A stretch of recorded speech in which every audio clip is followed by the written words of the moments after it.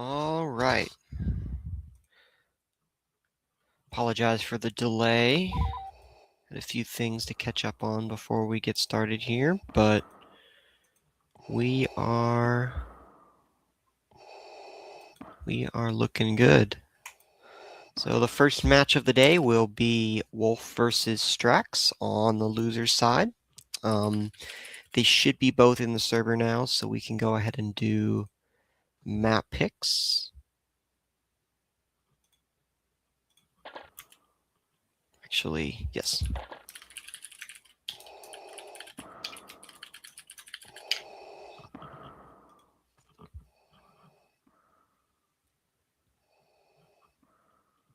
Heads, all right, we're gonna coin flip.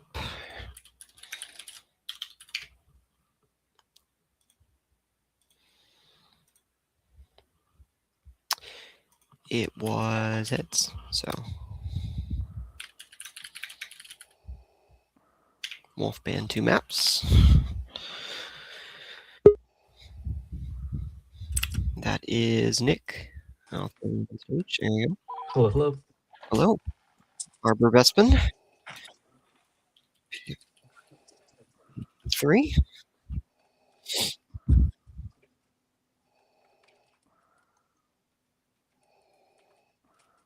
Moss, all right.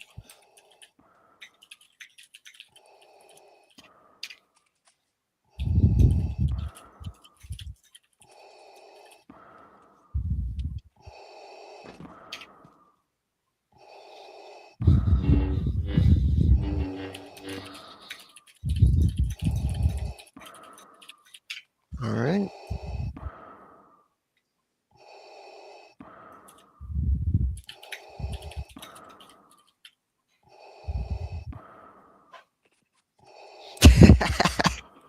Some mind games going on in the chat.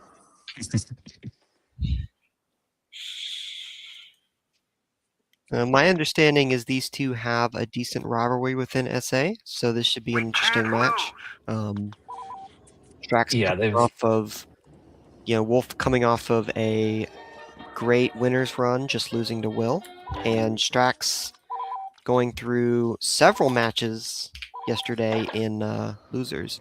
I'm gonna go ahead and switch to chase cam here or free cam. So Strax beat Mike yesterday, which is quite the upset. So Mike was this should be a good playing one. it, but still, yeah, great performance. And also Viking, who took Wolf to 14-15, so that was good as well. Very impressive. All right, we're 0-0. They are beginning. I will do my best to follow them with the chase cam because most tends to destroy the bitrate if I switched it to chase. So we'll do it this way. I think it'll actually add some interesting.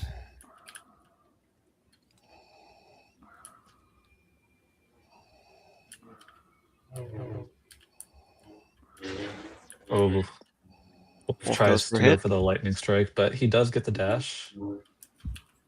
1-0 for Wolf. Wolf's this immediately exiting to high ground whenever a match ends, so he doesn't get it caught unaware. Probably a wise decision. You never know. He's doing that. He'll probably do that pretty much every round. Ooh, good dash. Strax fights back. 1-1.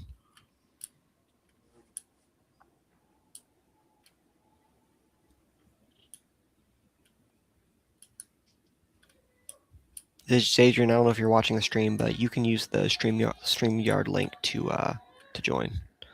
I can't tap into Discord, so, and then I'll throw you on stage when you get here.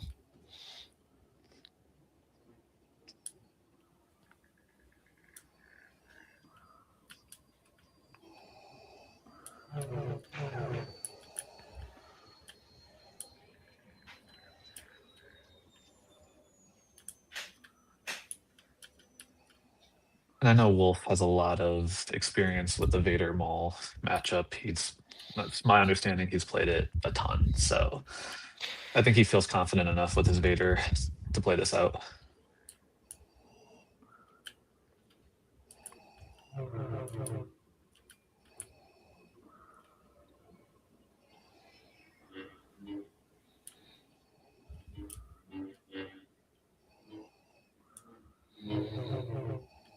Ooh, good Late hit, intercept. but it worked.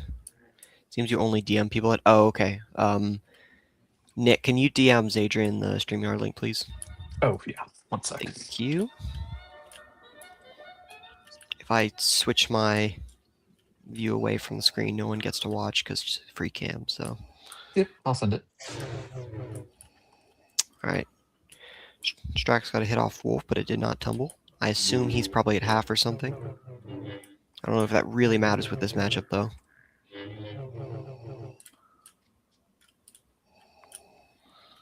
Wolf choosing to disengage yet again.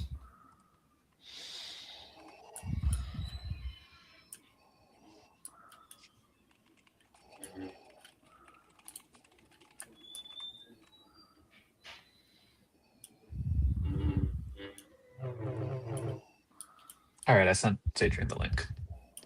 Thank you very much. Is it still 1-1 or 2-1? I mean, it's 2-1. Yes. Okay. Oh, good null. 2-2. I'm gonna throw you up on stage, Adrian. All right, there you go. Hey, Adrian.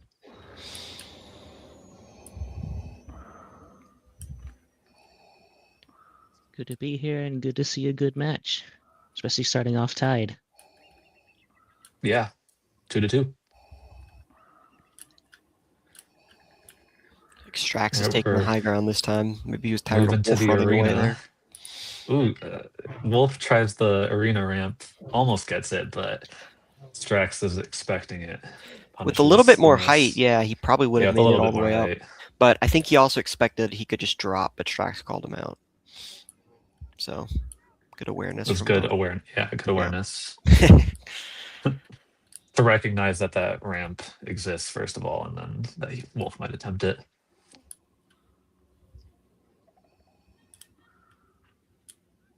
The Maul and Vader matchup is one that I think a lot of people would generally favor the Maul, but when you're that Vader specialist, it's like, that's a matchup I can take. Yeah, I was just saying that Wolf, I think, feels comfortable enough with his Vader to stick with it in this matchup. Went for the intercept, narrowly escapes. 2 hits and escaped both of them. Strax just Wonder if he barely took any misses that damage from punish.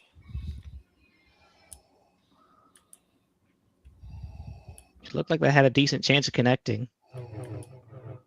We'll see if he just falls over from a null. Ooh. No, he probably didn't take damage because otherwise that third combo hit on the null would have taken him out immediately. But securing the kill, Wolf keeps it tied.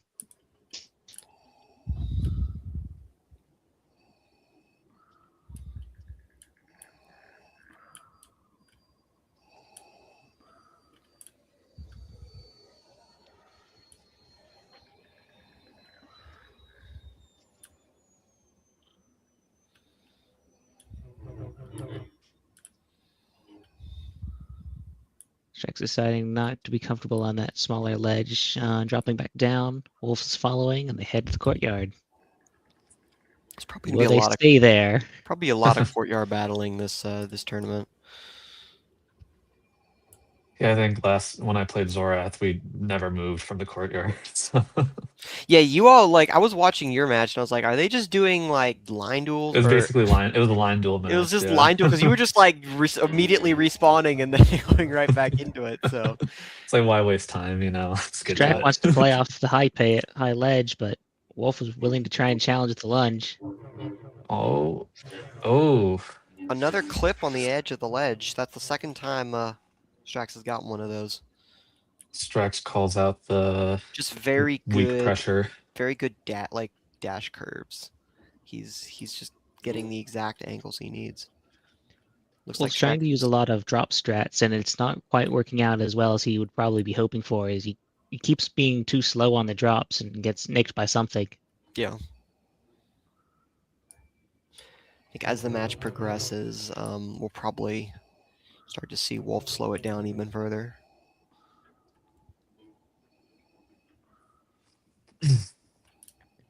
He's usually pretty good at recognizing when something isn't working, so if he keeps meeting poor success with drop strats, I wouldn't be surprised if he drops the drop strats altogether. Oh, This will Goes be for the The Maul interesting. might null win with this. knock. Oh, Wolf Wolf just gets choosing to away. disengage. I honestly think it's the safer play than trying to win the combo fight. Oh, I don't know if Takes Strax will get up damage, there. got knocked. Like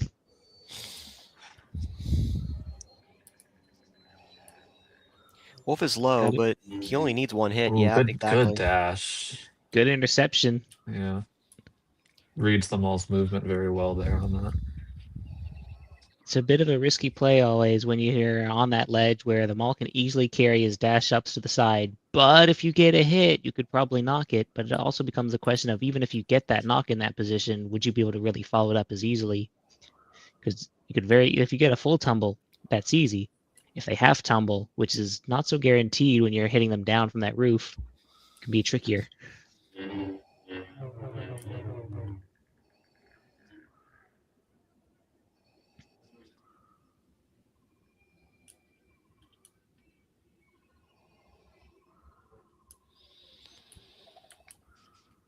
Looks like Wolf is looking to try and line up an interception, and Oh, instead he gets a good null. mix-up.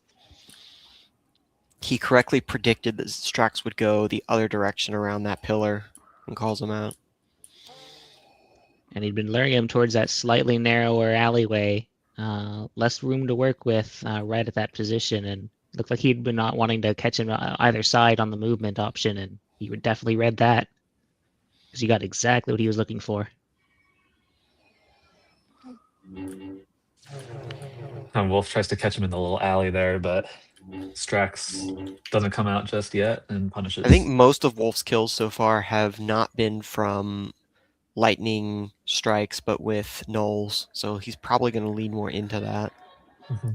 because he's missed a couple and Strax has been punishing most of them.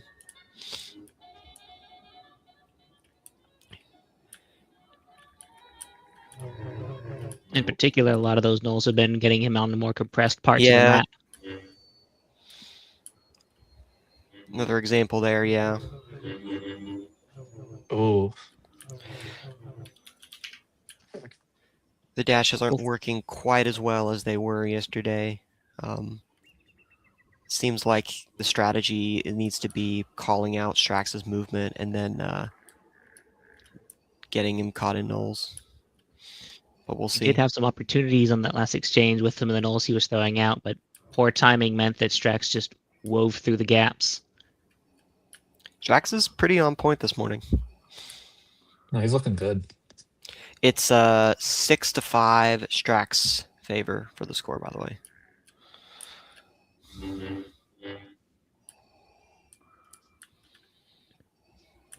Oh, Good intercept on both.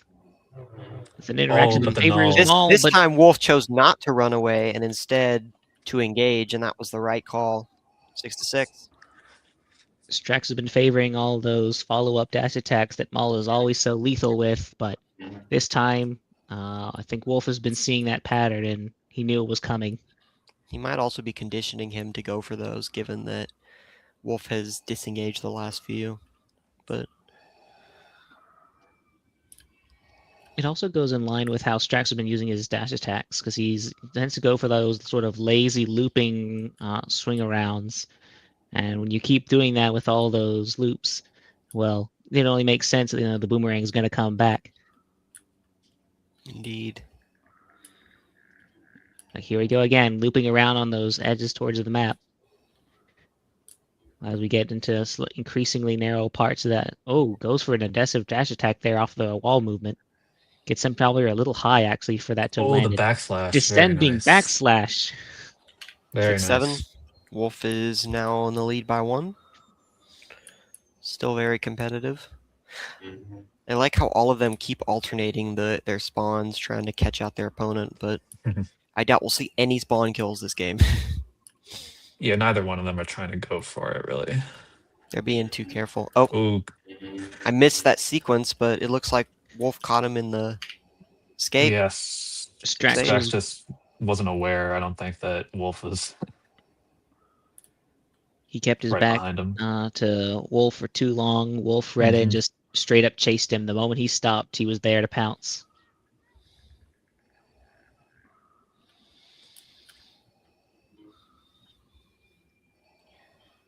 So what I expect Wolf to do if he gets a couple point lead is to start to slow things down and take a bit more favorable positions, because he's taken a lot of flat ground fights, which have worked, but I'd imagine Strax is more comfortable in this scenario than trying to chase down a Vader on ramps. So Oh. this is the third time that's happened. They're both really on point. It was a good opportunity for both of them, and they both took it with equal success. Well, I think both of them are now scared to engage in the follow-up, so they just ran away. I feel like there's a little bit more fear on the Maul because one more good dash attack from the Vader, ooh, scary territory for Wolf there when you're getting that close. Yeah. But if they exchange dash attacks one more time, the Maul could get lucky and get the double hits. But the Vader does not rely on anything. So if that one more dash attack hits, that's just over for Maul. Whereas Wolf has a chance to survive, Oh, but he very doesn't nice. need it. Good mix up with the combo.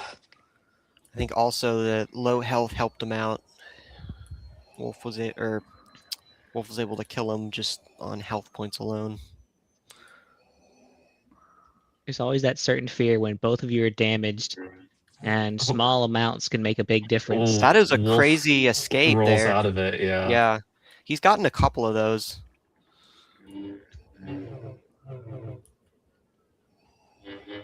Misses the dash, but he rolls I again, can't believe- gets out of it. Again?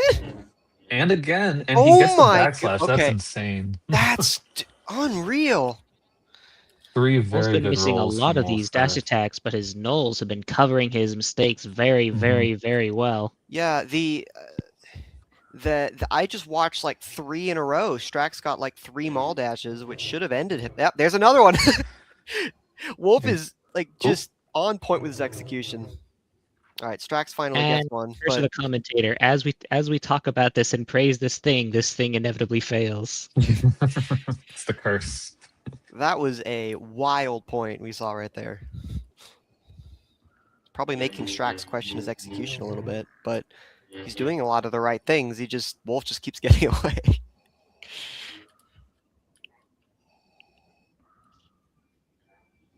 Yeah, Wolf has been on the record saying, when he has a bunch of those panic moments, he does prefer to just evade and reset. And well, I'd say he's been putting that to good practice because he's been doing a lot of that. Mm-hmm.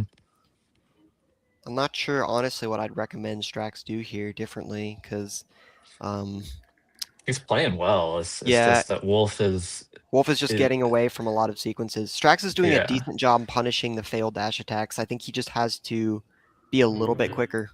Oh, there's another one. With yet another punish, I think this is really just Strax is playing into parts of the map that he really isn't as favorable towards, because what he was doing in a lot of those courtyard fights was those big, wide, lazy loops, but Wolf keeps dragging him into these much narrower sections of the map where he can't really do that. And when he tries to circle around, he's getting fenced in between a rock and a wolf. And the wolf is happy with that. Yeah, Wolf We've wants to seen keep Knowles- things over on the west side. This is a decent map. point, because if Wolf gets another point here, then that's going to be a very difficult lead to overcome. But if Strax can take this one, it will be back Oh, to... dangerous aerial, and he gets punished for it. So Strax did the right thing there, which is he actually waited for Wolf's roll. I think Wolf has gotten away from a few of these sequences by just rolling at the right time. So Strax being a little bit more patient there, called it out. So this is still a game for Strax, but he does have...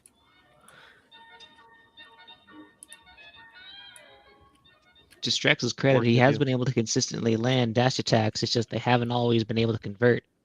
If he keeps the territory of the map in somewhere that he gets to really execute his strategies more, or if he can adapt. Oh, very nope. nice dash. Big ifs don't always happen. Yeah. Wolf secures another one, just catching him in the interception. I think that was just a pure movement read based on how Strax likes to do those back and forth sweeps.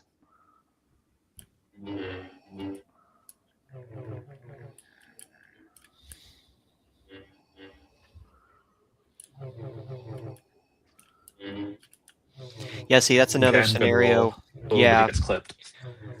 Well, he did get the point, but that was another one where I think if Strax had been just slightly more patient, he would have caught Wolf in the roll because he's been rolling most of them. But to his credit, Wolf is aware, and I don't think he will. I don't think he's overusing roll necessarily. So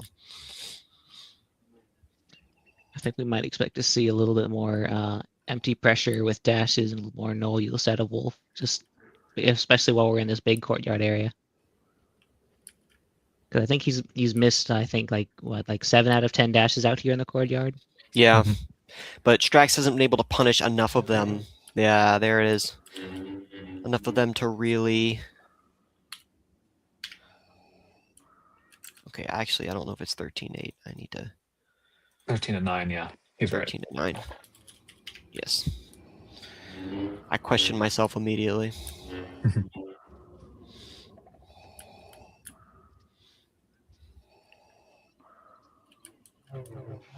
Oh, Okay, good Unsafe move to movement call there out. from Wolf. 9 out of 10 characters would agree that dropping down into a Maul dash is something that doesn't usually feel too good. Strax still has a chance here, but he's going to Generally have no. to make an adaptation like now. Yeah, Strax has done a decent job catching Wolf in his mistakes, but not applying a lot of his own pressure, which is not really a sustainable strategy when you're down by 3. Especially as the Maul and the Vader, like your biggest weapon is pressuring the Vader into mistakes, and he hasn't really done that so much as he has punished the Vader for his mistakes. Yeah. Like without a Maul without aggression in this matchup is kind of struggling, because the Vader, if they get to just dictate the pace, Vader's biggest strength is getting to choose when he goes in, when he goes out, and when you don't really get to challenge that, it puts all the onus on the Vader, and that doesn't really create opportunities.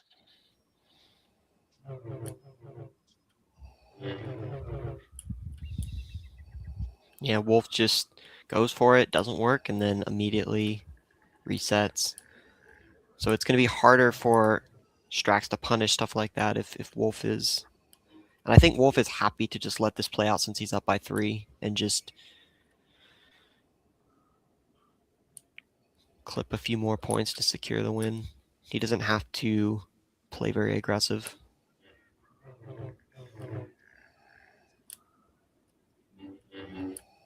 Ooh, There it is. just won the Yep. third combo. All right, one more point. Wolf needs. It's looking like he's going to take this one.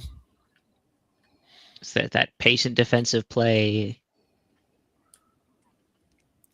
I mean, part of it, though, you can just see that Wolf's execution has been really good this tournament. The way he's been able to get out of bad situations and just execute a lot of the hits that he's trying to go for.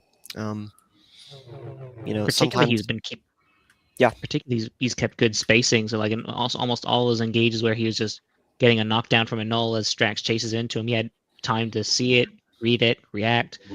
Part of that's just from his natural play style of playing keep away when he's on the defensive, but it really does play a big difference where he's just close enough for the Maul to think, I could maybe hit that, I can punish that, but being just far away enough to say, not this time. Not this time. Yeah, and now Strax is very much the person that has to exert the pressure. They have to show that Wolf is going in a little dangerous spot to be in. A good got him dash again! attack, but punished. Wow. the man just keeps getting out of things. It's crazy. He's just an eel. I don't know where they went. There's Wolf.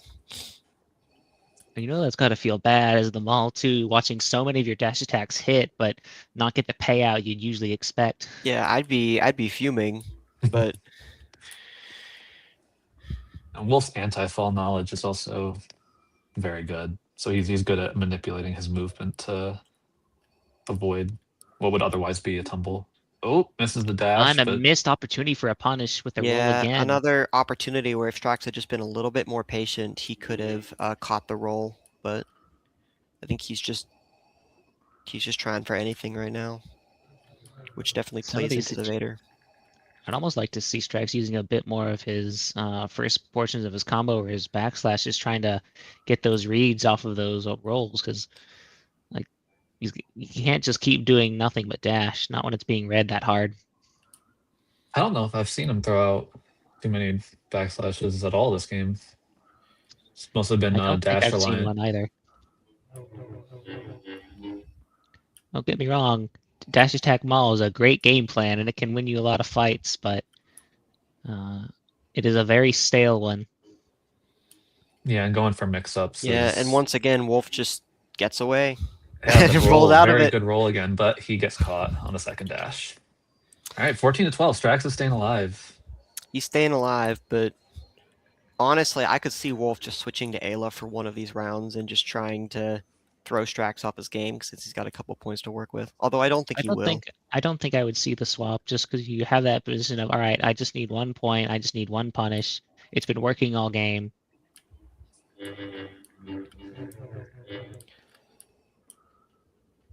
More glancing blows.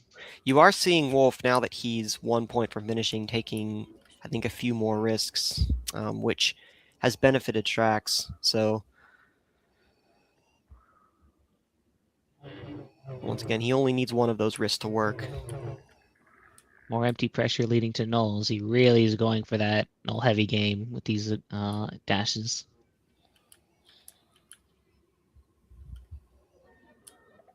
I think I was about to say that's a kind of the wider area that Wolf hasn't traditionally been liking in this fight. I wouldn't be surprised if he left, and just as I was about to say that, Oh, very a good good dash. clip, But can he but I finish? don't think No, he'll he be able to cannot. punish.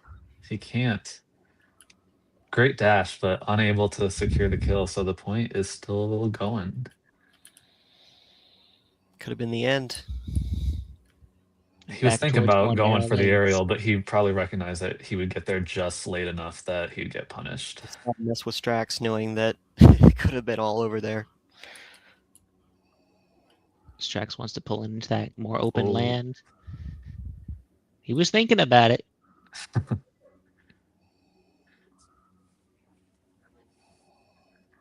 I think if Strax had been a little bit closer, I think we might have seen him commit to a lunge.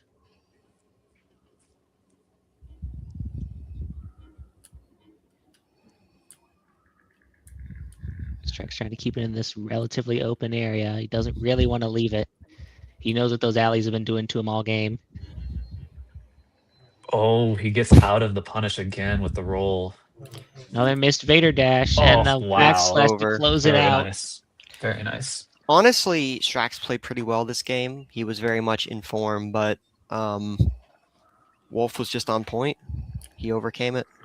That was a great game. Very top level play. Agree with that. I was about to say, like when you're doing those heavy nulls into a maul, like that's always a tough feeling on Vader, because you're like, this raging bull's coming at me and I can trip him, but if I don't trip him, you're getting gored. Great stuff. Great stuff from both of them. All right. Well, since we are technically behind in the bracket, I'm going to jump immediately to Chicago 2, and let's get the next block of competitors here, which is going to be Nick and Voidus. I'll go ahead and ping All right. Voidus. I'll go ahead and leave. See y'all. The voice chat, I mean. Yeah, go for it. No, get out of here. Go. Shoot. See y'all.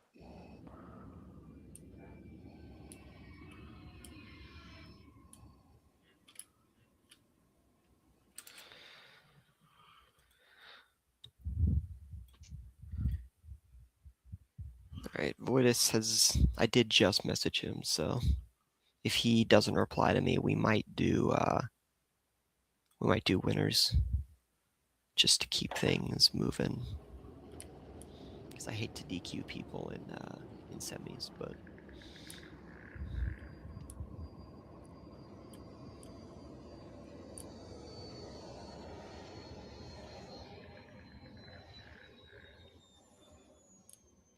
Will and Zorath, if you want to go ahead and join Chicago 1 now that the server's empty, just so that we're ready for your match, whether it's now or in half an hour, go ahead.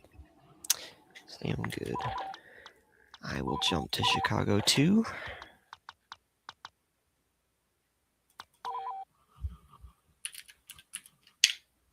Oh, forgot my own password.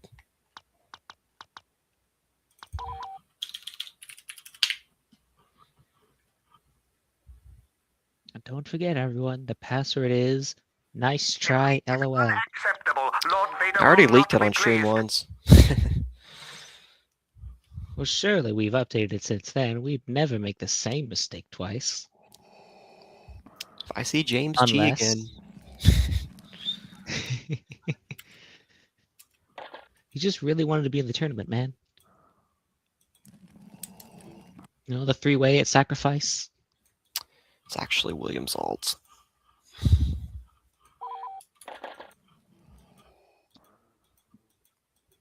I'll give Void about 5 minutes. And if he doesn't show up, we'll do Will and Zorath next before I DQ. Oh, he just replied. All right, he's coming. Excellent.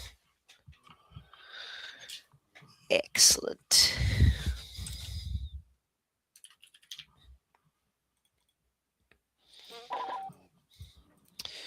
So, I mean, Void's been on a decent run this tournament through losers, and he even had a decent showing against Will. So, I'd say he's in decent form for this. But Nick's been pretty on point. Just watching, especially his match with Darkweez. His Vader has been very very well suited. So I would probably give him the edge here, but you never know.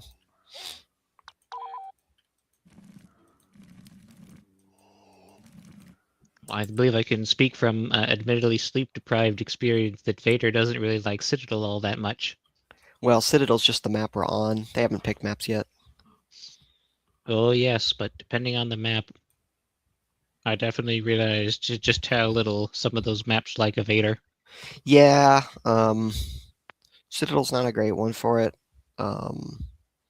Neither is Yavin. I mean, if Nick wants to play Vader, he's probably just going to ban Citadel and Yavin, because the other 3 maps are fine. They're pretty open. But you never know.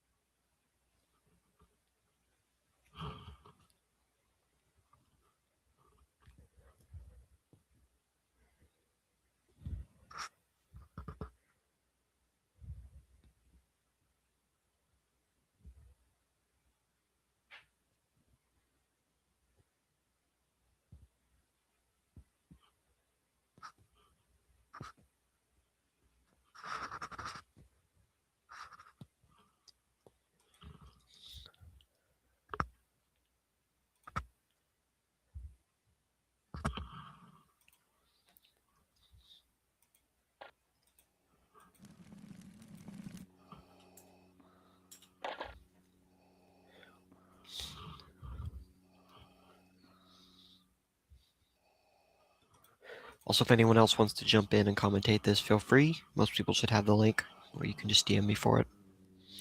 There is Voidus.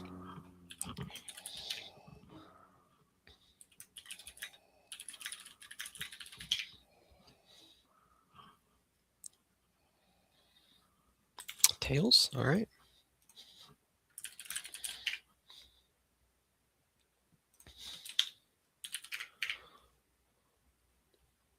It is Tails. Nick gets first. First ban.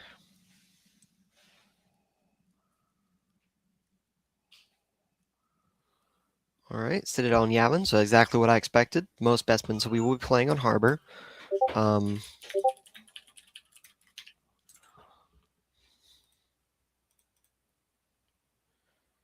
Yeah, Wolf, just hop in. I mean, you have the link.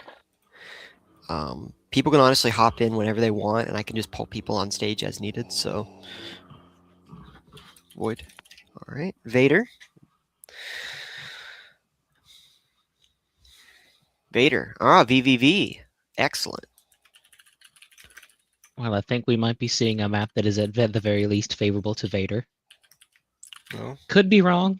I don't know if it matters when they're both playing Vader, so... Could be disadvantaged, but at least they're equally disadvantaged, right? But I mean, there's no guarantee that one or both won't switch. So Defeat is I unacceptable. don't think either players are unwilling to switch if it's required.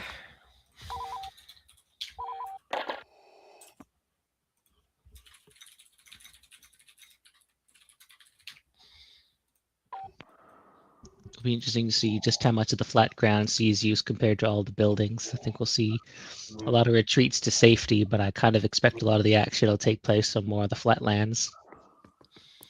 Yeah, I mean, the great thing about VVV is for the most part, you don't have to worry about unfavorable engagement situations.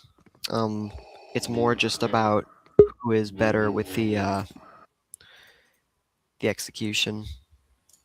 Okay, Wolf, you're in. Very much so. Hello. Hello. I'll be joining the server in just a moment. I'm excited to commentate this one. We got Nick, who's been on fire, and Void, who is the man too angry to die. I think you're a fan of this matchup, so Yeah, Vader versus Vader. I'm a fan of it when I win it. Let's just put it that way. I'm just a fan of it, period. continue. VVV is sweet. Yeah, Vader v. Vader, you know, I feel that this really will tell a lot about where both players are at mentally and like in the core of the game in many ways. But you know, it's also difficult to tell where people are at because this matchup is really like 50% strategy, 50% execution, and there's different ways to approach it. I think the fascinating thing about Vader v. Vader for me after playing it for so long, first of all, amazing backslash. Nick trying to just move past the space and see what Void will do in response. Just kind of a neutral trick, but Void's just like, no, I'll null you. But yeah, there's so many different ways to play this. It looks very much just like counter punch hit, but there's so much nuance in that. It really pulls out the fundamentals. Yeah. Speaking of fundamentals, a little bit of a hard, well, technically a soft land from Void, but that's enough. It's a good half-second delay. Nick is going to exploit it. I bet you he wanted to start dashing, but the slope was saying no. No, you're not. Yeah. One of those subtle things that Vader v Vader tends to bring out is what like your dash is so core to your kit. So all the things that disrupt that disrupt your ability to control your dash, they all get magnified in a VVV.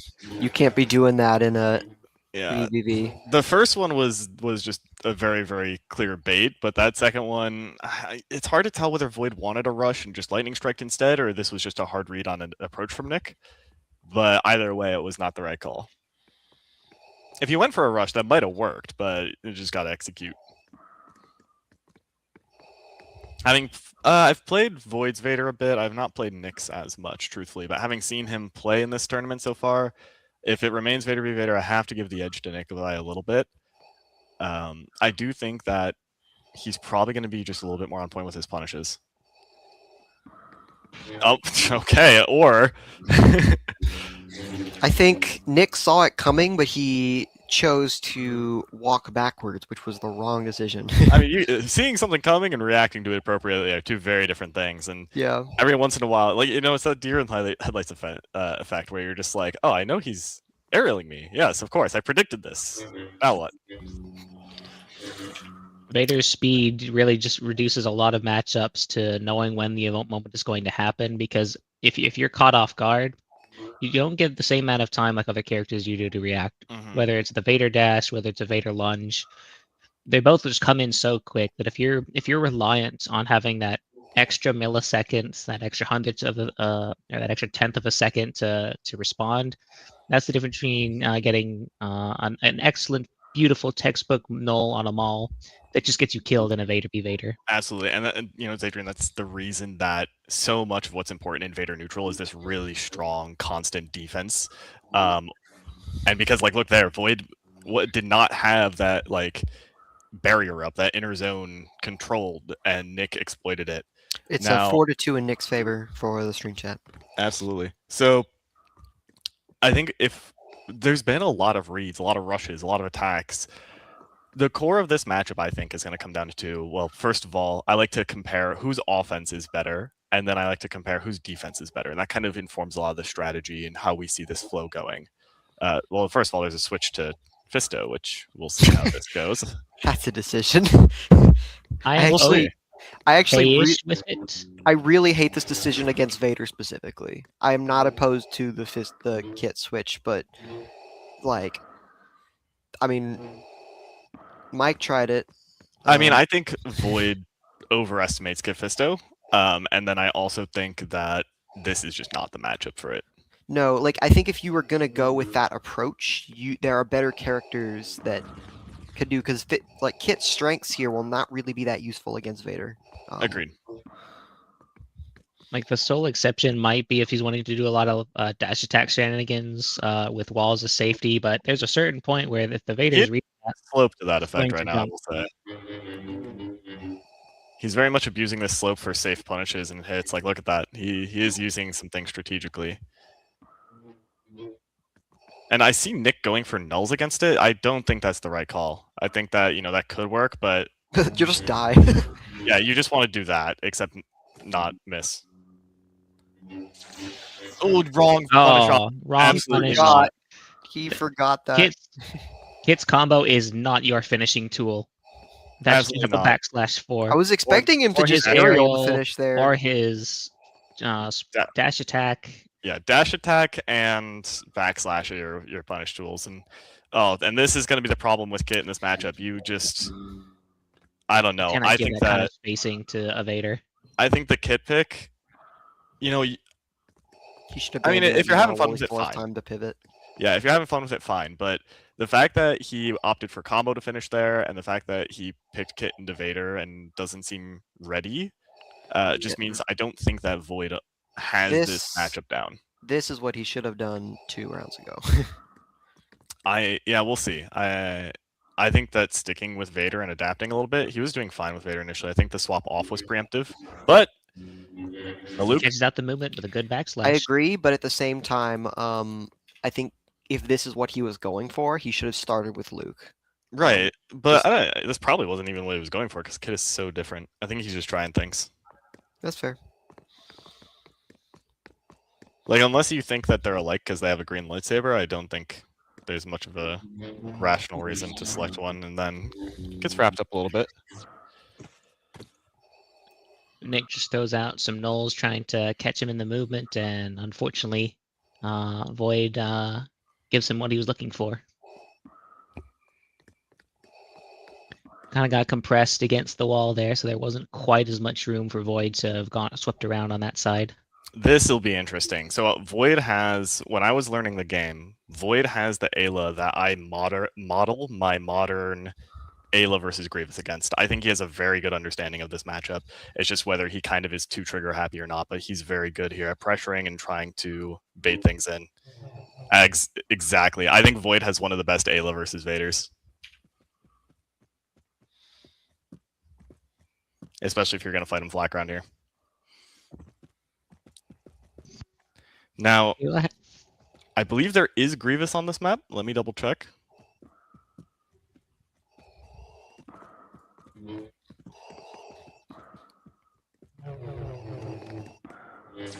Grievous is present on this map. So that will remain an option, but I think if he has the lead and he can handle this with Vader, he should. I don't necessarily think he needs Grievous if for the Ayla. I think the Vader in his current form is probably Most better likely. suited. Not that the Grievous can't do it, but It's just a very different type of fight that you're going to have to do if you pick the Grievous. And I don't see the reason you pick it for. Well, Ayla. there we go. Yeah. Manages Nick to goes a land little it. bit too aggressive, and Void. That's the thing with Ayla. She's not as fast as you, but she's very scary when she dash attacks. But if you if you miss a dash attack right next to her, she's right there to be on you. You know, if you and draw, she's if probably you, gonna kill you. if you purely think about dash attacks in this matchup, it's really interesting because you almost get this sort of like prisoner's dilemma grid, where if you're intersecting and one attacks, they win. If one of you attacks first and the other, but you're not intersecting, then the other wins. If you are intersecting and both attack, then the Ayla wins. And it's kind of this really interesting dynamic because Vader controls one of those states better, but the Ayla controls the other. So it's something where it's like you are both playing for a similar sort of scenario Riposte. that favors It's a Vader. scary game but- of chicken. No, Well, I don't. I think mean, it that should cost. position favors Vader, but the outcome of that scenario, if Vader escaped, favors I don't know Vader. if it does. I think they were close enough that exactly what happened would Okay. happen, where Yeah, the maybe. Ayla just kind of But- smashes them into I the feel like a ledge. jump might have gotten Nick out of there. A jump probably would have. That's true. Hard to tell. It is one of those things where Ayla's one of those characters who can lock you down. The riposte is enough to make him doubt, and for good reason. Might have been a little bit of CD at play there as well. Yeah, I will say Nick has not, in all the tournament matches he played so far, not really encountered an Ayla, so he has to remember, respect the riposte. Vader does not get up slower. The only times Vader, all the characters get up at the same rate. Even Grievous, who appears to get up faster actually, but he has the same time. This is answering a question from William. Yeah. There are occasions where somebody will get launched a tiny bit and therefore get up slower, and that does sometimes happen to Vader. So it's more about when you hit the ground than get up speed. The animations do differ a little bit, but not the state. This terrain does favor the Ayla a little bit. This like sort of slight micro variation, not a ton, but it's enough to make a difference at high level. Goes for the hit, doesn't angle the riposte this time, and Nick will easily clean that up. Very good. I like what Void was going for, but unfortunately, I think Nick read that a little bit too soon, and Void was just a split second behind. Quigs is asking, the Vader's hit first by the riposte and knocked by riposte on the delay. I'm unsure. Good question.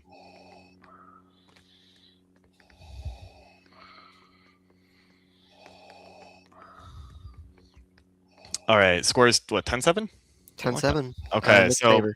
much more even now, but still quite the climb for Void. I think the trick is staying Ayla. I think a swap off here. Maul's not unreasonable. Maul is certainly a good choice. We'll see how if his Maul can crack Nick's Vader where the others could not, because it has been eating up Mauls today or yesterday. Ayla's biggest safety is in the riposte on the counter punches, but Maul's biggest safety is in those wide sweeping dash attacks that And the make him just a continued little bit more mobility. unapproachable. Absolutely. Notice Void's doing something. Oh, careful. Void's doing something interesting here where he's slowing down the dash attack intentionally as almost like a slight conditioning thing, or he's not holding W all the time, so that when he does go in it, it's going to lunge a little further. It's a subtle difference, but Several enough quick to- points from Void that will bring the score to 10-9, so much more within reason now. Yeah, this is essentially an even game. 1 point difference. Now, this is where I think Nick should switch to Grievous, if not even for just the single point, because What have we got? You're correct, Alpha. He does switch to the Grievous. The crouch of respect. Oh, Oh, and a whoa! Can he get it? perfect read. I don't think he can get there. He does. Wild. I think Nick had time That to was attack. I unbelievable. wonder if he just dash attacked into the CD like angle, like anything he could have. I think he probably clicked the wrong button, because I think in a normal situation he would want to like back combo there. He tried. Yeah, but Oh, wow! How is he's like going straight into GG was dangerous off the CD angles. you know, if I had to guess, Wolf, I think the different maps throwing Nick off because center is not where, and I It's think almost Nick, identical.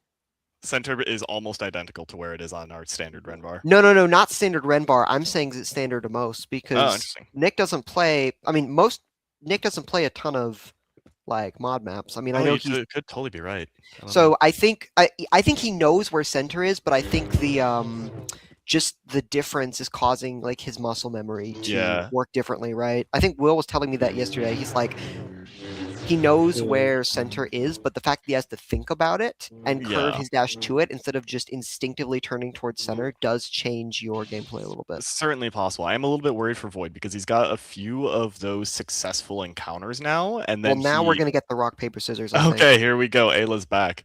Yeah. So Nick here has to maintain his composure, and Void really has to land a good attack. Like, it's all about Nick's defense versus Void offense in these matchups, and we'll see who is going to have it covered. This is Well- actually the first time we've really seen like a character rock paper scissors. There've been a lot of character commits this tournament, Mhm. but This I isn't imagine- quite full RPS though, like because it is. well, it isn't. But I suspect that whoever loses will swap.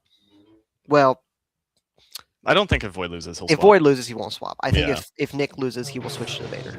And that's one of the problems. Void given the attack there to Nick. I think again, I'm a little bit worried because Void is not respecting the CD enough because he had so many successes against Grievous's dash earlier. I think it's emboldened him into a dangerous point here. He goes for Vader. I think like that's this actually- matchup, but it's yeah. hard. I think it's a good play. If you're not practicing this matchup, it's dangerous. Void getting caught too close, and he's nulled down. A great just like pressure from Nick. He didn't allow the reset, despite the fact that it's tough for both of these characters when there's no reset, and he just continued the pressure. And I wonder if Void has practiced enough in this. He goes for the mirror. Interesting. I don't like this. I don't like this at all. We'll I would- see. I kind of like this actually. I would not try to play Nick in the Grievous mirror unless you're Zorath or Necrid. Void's been around a long time, so I don't know if we're gonna get some ancient Void knowledge coming in to help. But in recent time, no, he's not as practiced in the Grievous or V Grievous as Nick would be. So I just don't like playing mirror with character specialists. I think it's a scary thing. But I get that, Void has shown no hesitance to change when something isn't working and adapt, which I do respect that because it Yeah. has gotten him a lot of points this game. I do feel that Void sometimes preemptively or prematurely determines that something isn't working, because I think, for example, that Ayla could have been a good call if he cleaned up some of those offenses. That is true, but at the same time, we've also seen a few cases this tournament where people are just too stubborn Staying and too it long, costs yeah. them. So ultimately, if it works, it was the right decision. I was about to say, And Void is that playing this does fairly work. well. So now I'm curious whether Nick will switch to the Vader or go back to the mirror. I think he stays Grievous.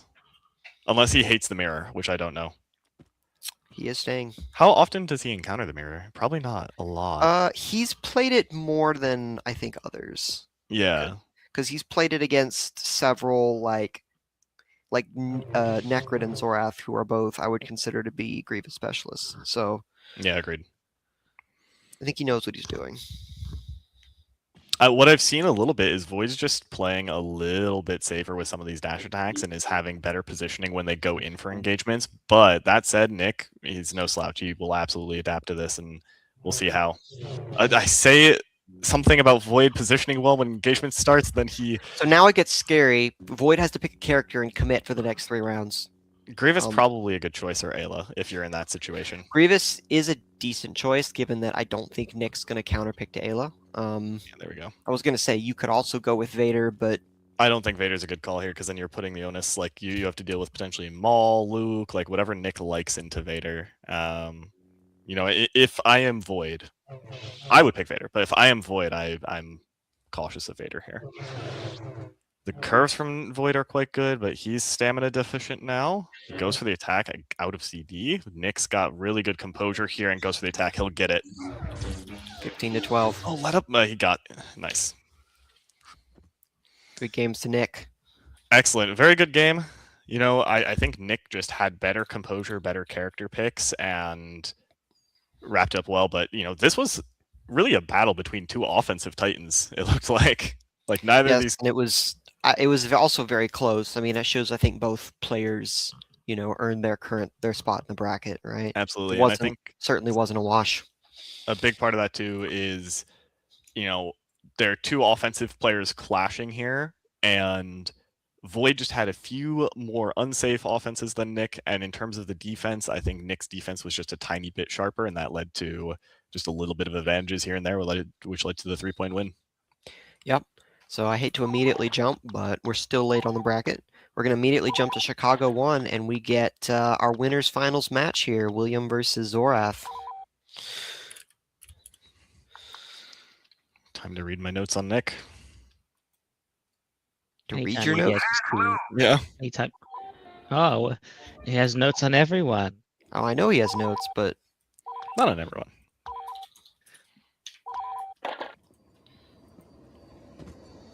See, could you put mine in all caps in Comic Sans?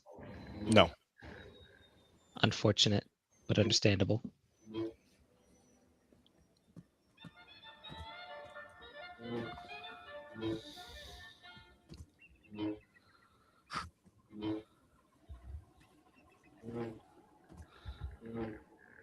Okay, interesting. Old notes, but it's an old notes there, but it checks out.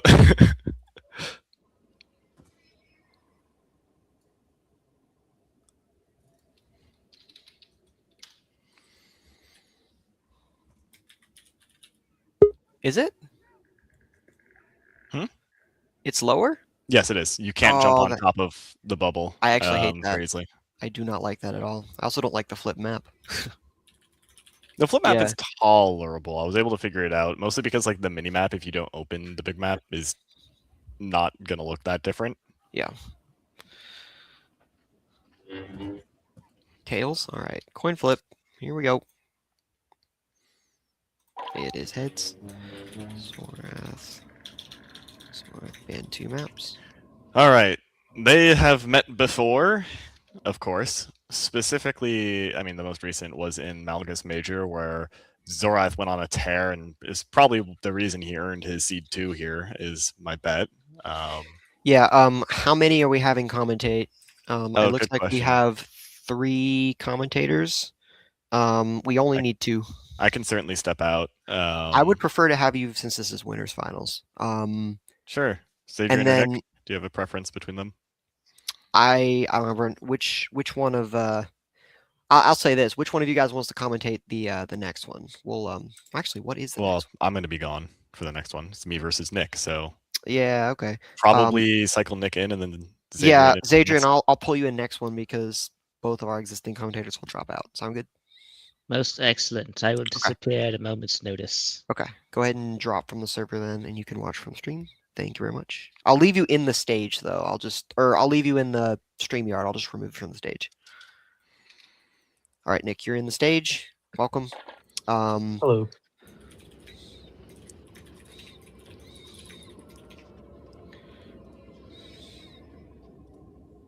All right, and then I was just pulling up if I can find it because I'm lost right now.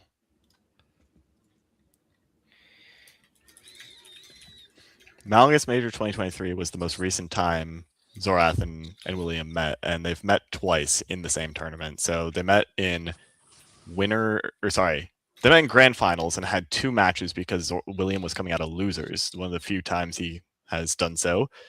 Zorath fought the first one and it was 4-10, and the second one was 1-10. So William having a decisive lead in both. The rounds did go to 10 in that tournament rather than 15. Which, by the way, I do like the rounds to 15. And I got to say, I was talking with SA friends yesterday, and universally people really like it. So Yeah, I would agree.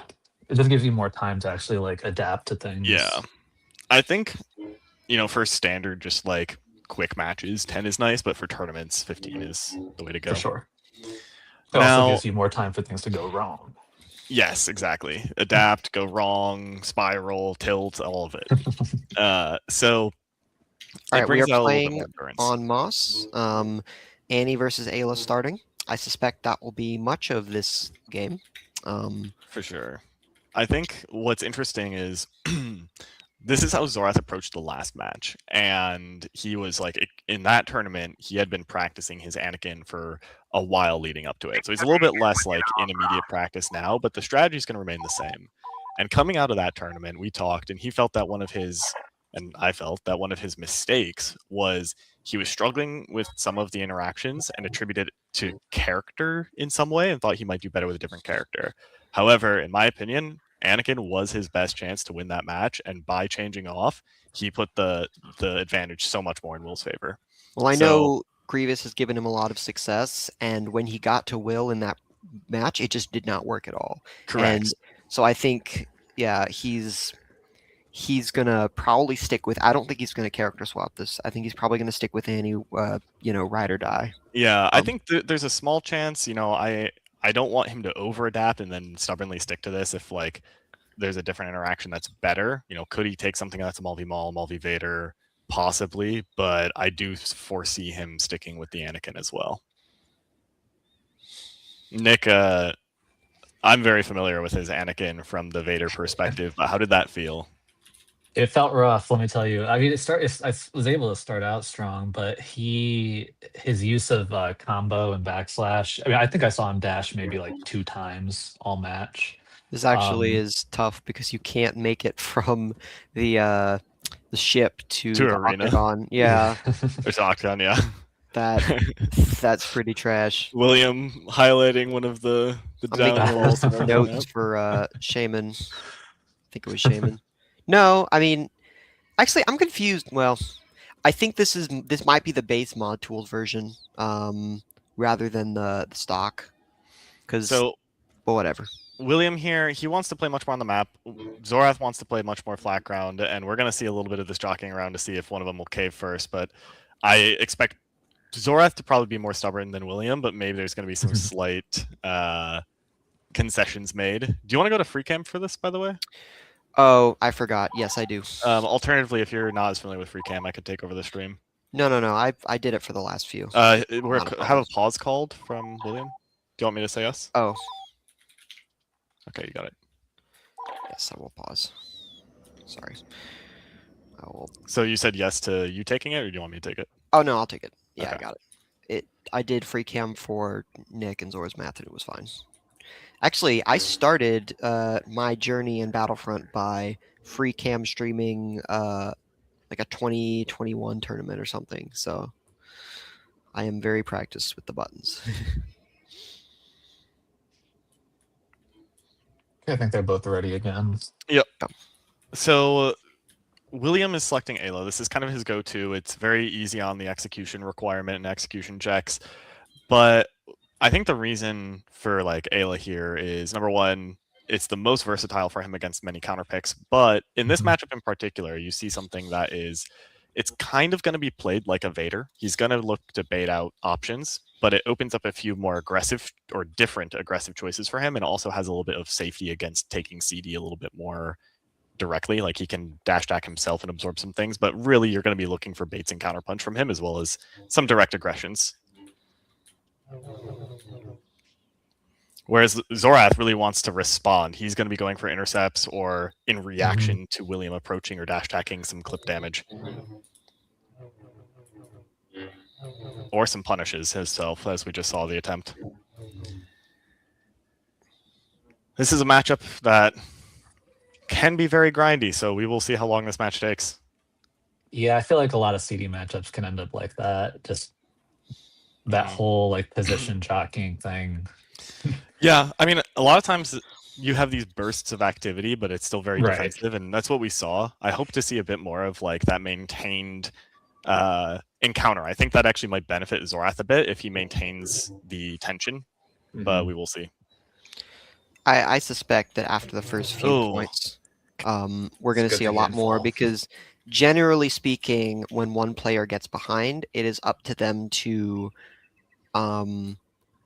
take the initiative. Yeah, I So- don't know. I heard you make that sort of narrative before this tournament, and I'll say like it's a valid position, but I don't agree. Like the assumption being that the person behind has to attack seems a little odd to me.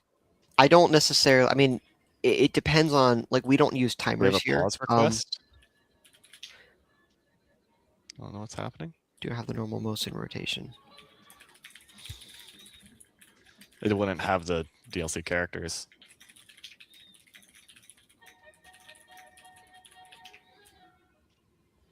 Yeah, this is just what they have to play with. Is the only difference the lower ceiling? I'm really not sure that the ceiling being this low is enough to affect resets that significantly. Like, yeah. Right. Because it's still higher than the ship. It's kind of. like you can easily reset to most buildings without your opponent ramping to you. Maybe William's different and he understands 50 bajillion ramps, but Yeah, I don't want to switch.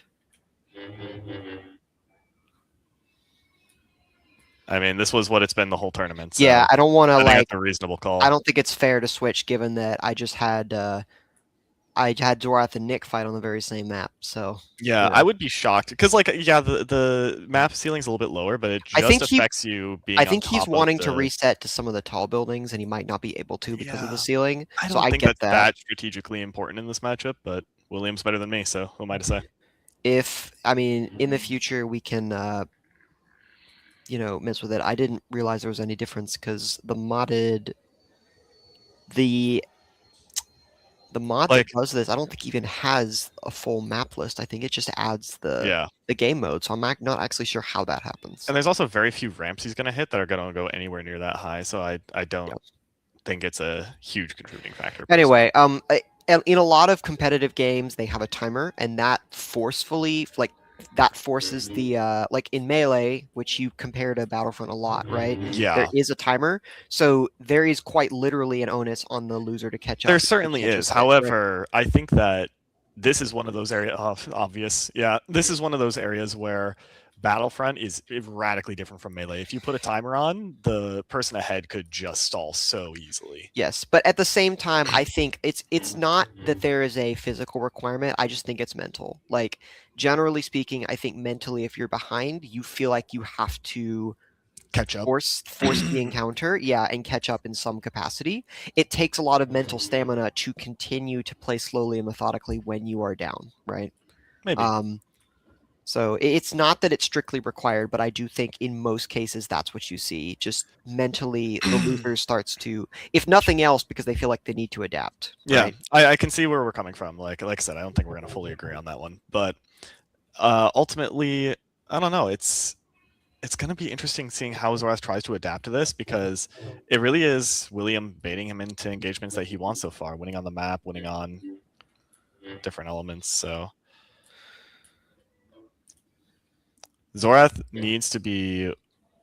This is one of the frustrating parts of fighting William is he can just reset all the time so easily that he controls the pace of the match so much, and it's something we haven't talked about much regarding William, but the control of like the pacing of engagements being all in his hands sometimes just is so frustrating. Yeah, that's why he was talking about wanting to reset. Normally, it's a big part of his play. But even on like micro levels here and there, like you'll see him jump to buildings, and unless you're very proficient in ramps, and not only proficient in ramps, but expressing a level of confidence that you can meet him on them, then you're gonna be kind of stuck in this pace of match. Which, even though Zorath is worse on ramps than William, I kind of do think that he should engage a little bit more with it, simply for that reason. It is going to draw some engagements out more. He just has to do it cautiously. Back now. What's the score now? 3-0. William In favor. favor of William. Okay. Yes. Zorath insisting on flat ground. We'll yeah, see. my match with Zorath was basically a line duels tourney match in the Yeah, courtyard. That was Okay. that was pretty funny. You just you guys would spawn in, just immediately go at it. No- Funnily enough, that sometimes happens in SA, like tournaments too, where people just be like, we decide this one's flat ground. I mean, I saw Zorath wanted to do it, and I wasn't opposed. So Exactly. There's sometimes just that mutual agreement. yeah. And then sometimes there is mutual disagreement, which is what we have here. And I've taken a pretty sort of nuanced stance in this, and that like neither player is really correct or wrong in these circumstances usually. It just is like Just how the game is, I think. It's just how the game is, and there has to be some level of compromise. Like you saw in me and Strax, I really wanted to hallways, and he really wanted the courtyard, and we ended up fighting Mhm. like around the map in areas that were sort of similar between the two. There was some give and take based on level of confidence, and you can make arguments that sometimes Strax took bad engagements on the map, and sometimes I took bad engagements on the map, but there was a back and forth. William asking for bar RP. I'm gonna Did lower RP? my FOV or my chase free cam just in case they go in there. No. That's one of the things I don't like about free cam is that I can't see Follow inside buildings. Yeah. So I'm grateful we haven't had to use free cam. Well, I'm only free camming Moss because like free camming Citadel would not be pleasant. Wow, Zorath, I don't know about that. I can't tell if he's just saying that to get William to engage, but that's a perspective. Wait, I'm not certain. What did you say? So Zorath says, I'm genuinely not interested in map play on Moss, I'd rather resign. And then William says, I won't stop you. And part of me feels that Zorath is not honest there, and he's just saying that to see if William will engage.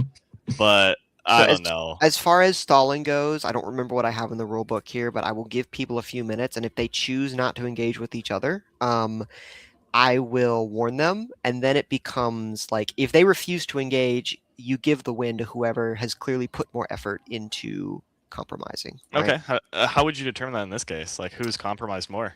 I don't know yet. I'm hoping that if I warn them, they would start to work towards. Because on the other hand, you could I don't know. Yeah. I mean, at the end of the day, interesting if they situation. refuse to fight, you have to give the win to someone. Is William gonna try to sneak attack Zorath? Where is Zorath? I actually don't know where he is right now. Will's over there, and Oh, he's he's trying to compromise in like a little bit of a flat area. It looks like. I don't know. Oh, and just not paying attention. I mean, realistically, I don't expect this to be like people digging their heels and refusing to fight, because I don't think neither of these players are really like that.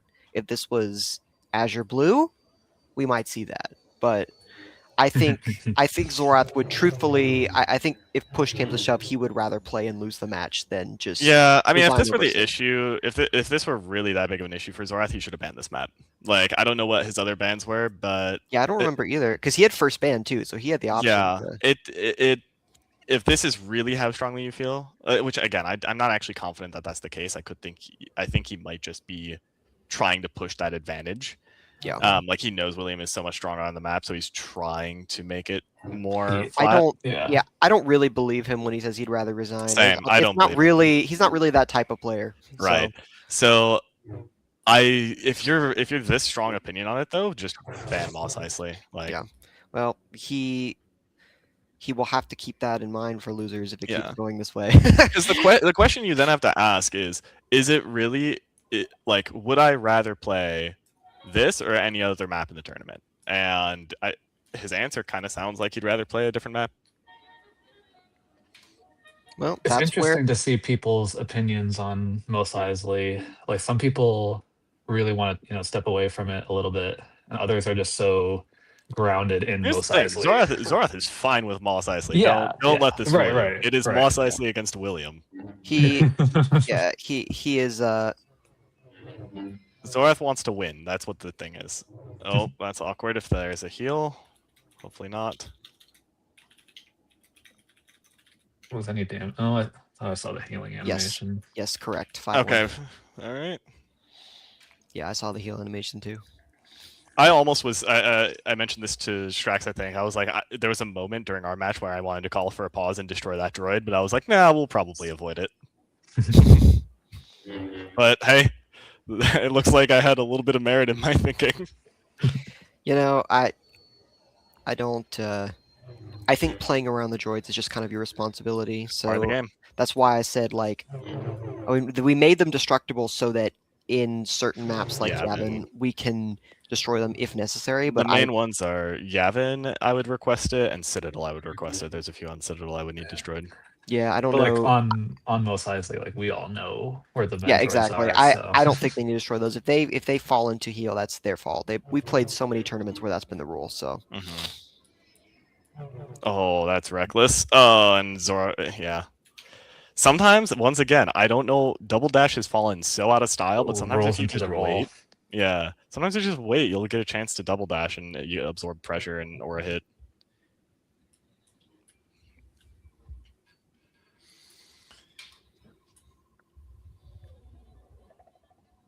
But like truly, he's not doing bad with the map play when he's cautious. I think William is incredible with ramps, don't get me wrong. But ramps are a way by which the fundamentals of the game are mediated, not an inherently added structure. So you can still play with good fundamentals even if you have worse ramps. Yeah, for sure.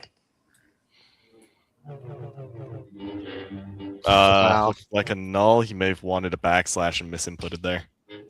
I mean, he Ooh. also may have been trying to catch Wolf moving or catch William moving away, but Will just immediately responded with, the correct sequence. I mean, William is giving no quarter here. Of course not. Yeah.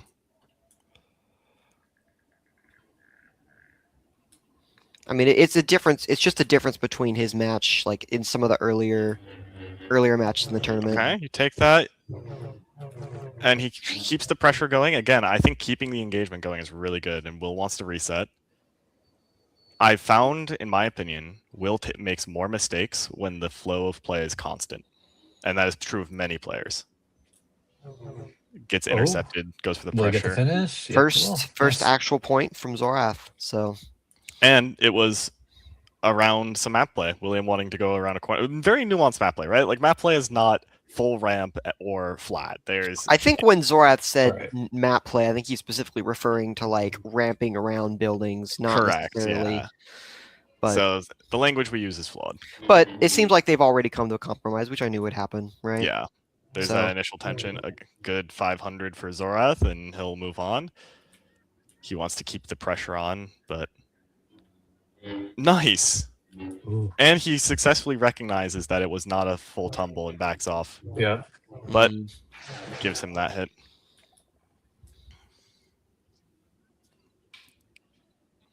That looked to me like Zorath had a little bit too ambitious of a read. Like he just expected Will to come around the corner and went for it, which, you got to trust your reads at some point, but it was a read that he didn't work for. And William, on the other hand, I'm talking a lot about Zorath because I'm really viewing this matchup from his perspective now. But from William's perspective, you just got to keep on the confidence, and Zorath is making some small mistakes and continuing to grab them. But Zora picking up another kill there. So is that 6-3? That is 3-8. Yep. Oh, sorry, 8. So really what has been Will's greatest danger right now is getting intercepted with some of that mixture of aggression and movement, right? Like he tries to Hey. descend Very there nice. and gets intercepted. Yeah, I think Will has taken off. Like he's getting a little bit less. He's a little impatient. Yeah, I mean, Will has the capability, and I've seen it before, to just like 15-1 when he's just really patient and just keeps the gas on the whole tournament. But generally, when he gets a big lead, he starts to just take a few more risks because you can do that, and that's where the opponent picks off a few more points. Yeah. I do think that there's been some decent adaptation from Zorath, but I agree. I think that the main thing that's changed here is William has been a bit unsafe with some of his movement and not respecting the line of engagement or the distance of engagement here. And here we have both players kind of trying to absorb some damage and doing it successfully. Good engagements. Oh, that's a problem. But Okay, so Zor taking 3 points in a row has now brought this back into a realm of possibility. for sure, 8-5 so far is not bad. And No, if you're William, reading Zora's disadvantage becomes a big critical part here. He's going for the punishes, and Zora's getting some rolls out of the way. I expect if I've recognized it, so is he. So we're going to see him adapt to those rolls really quickly.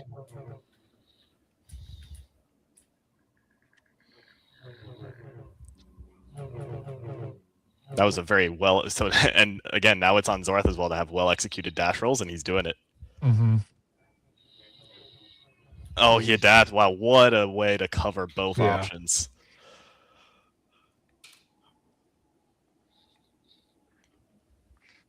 It is now 9-5 in favor of William.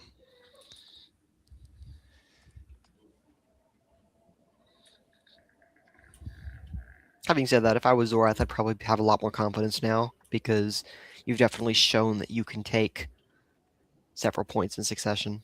Yeah, his execution on many of these interactions is quite good.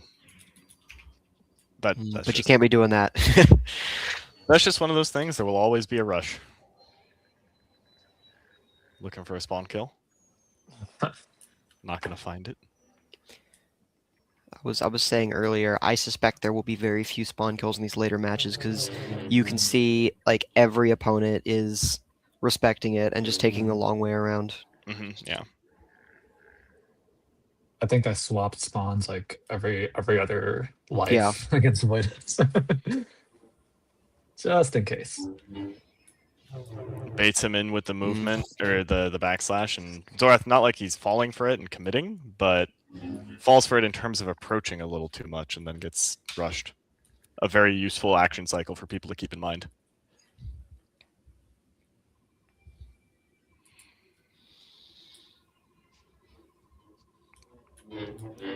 And oh wow, Zorath has an escape. But he gets takes out of it.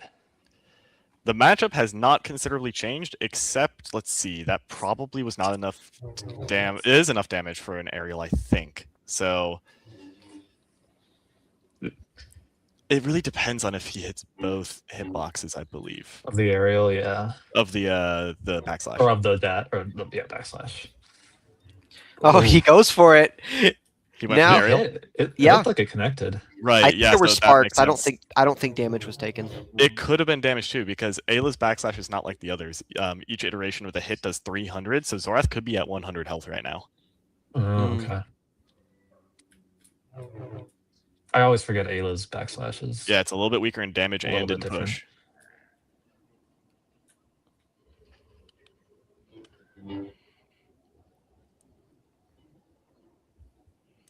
He's doing these nulls just as like a form of empty pressure and intercept potential that's a little bit safer than his dash attacks. I like the integration of it. I just don't think it should be overdone. Against Ayla, no.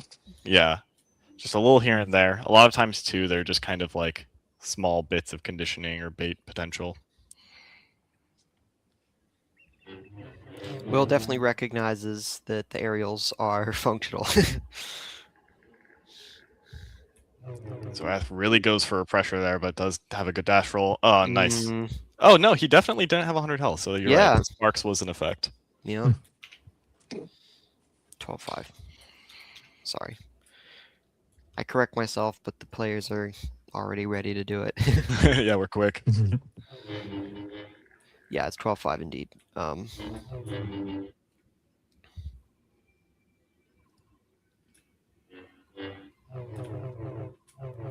Good clip damage. You got to be ready for the counter aggression, and it looks like he anti-falls a hit, but the second one, William is really on top of this. I was gonna say, so that's a situation that Zorath is normally really comfortable with, like that exact spot, right? But Will has the right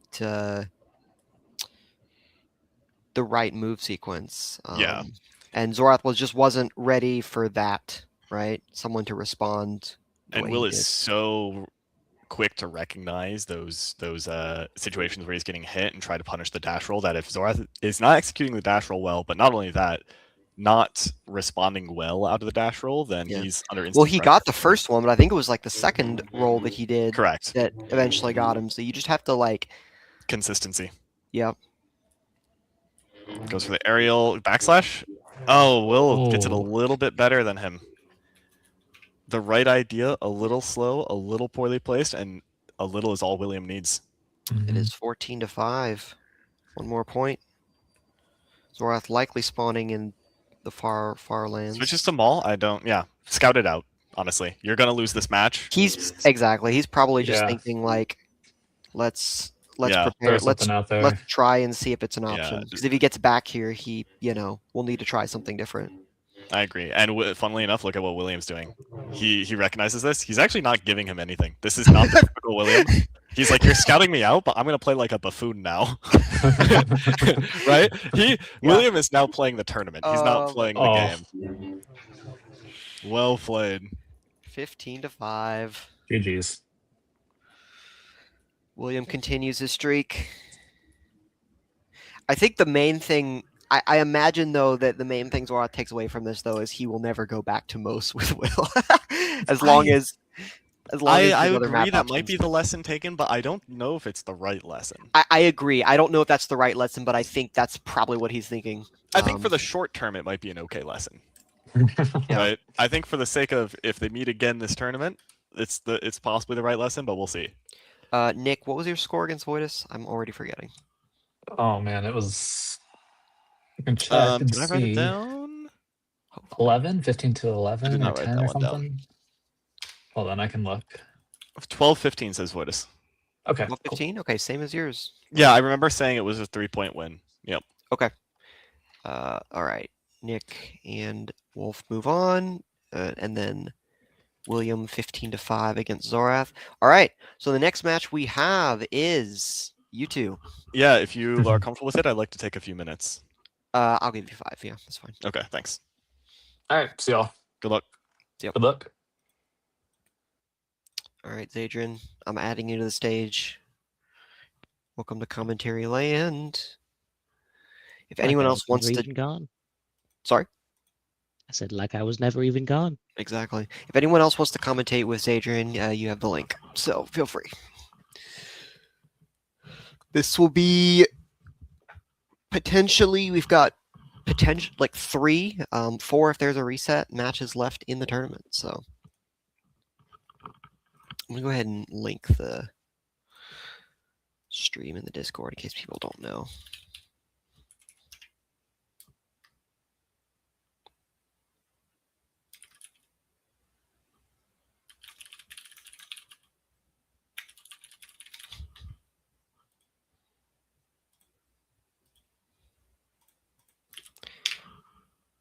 Bam.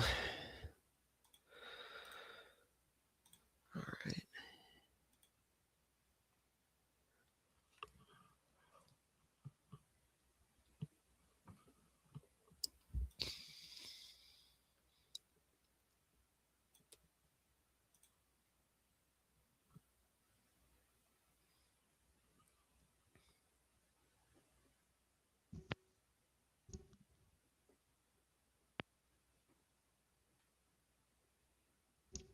We'll be staying on Chicago 1.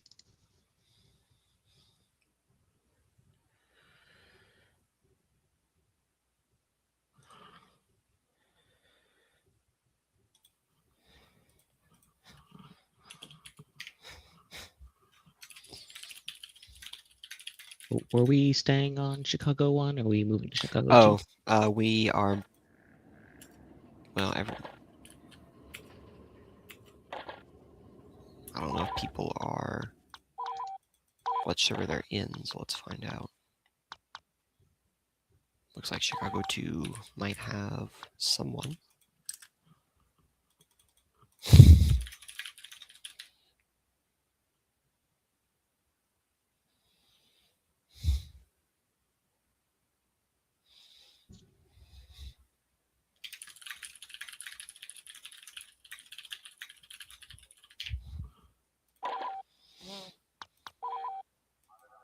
Void is still on the server. This is on Chicago 1.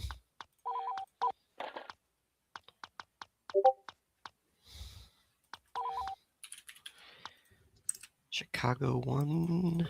I will message them with the.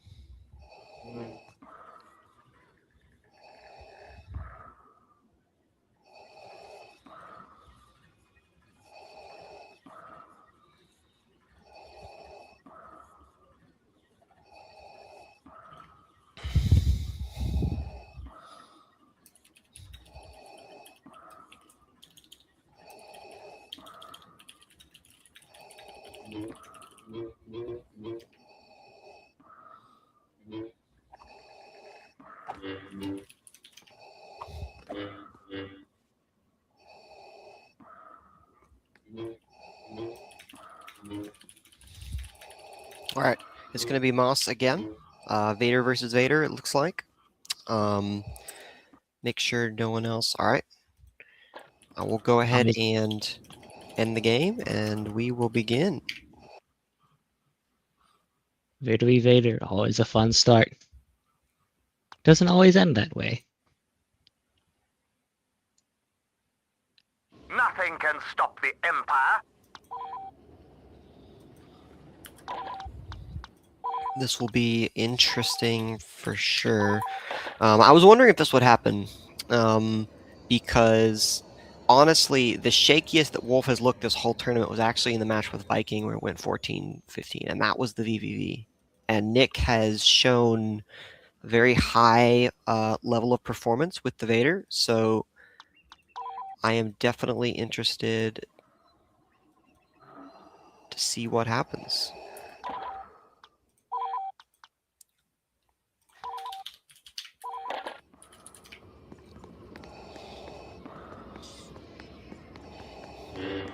Both Vaders starting in their natural resting place. Peaks up high.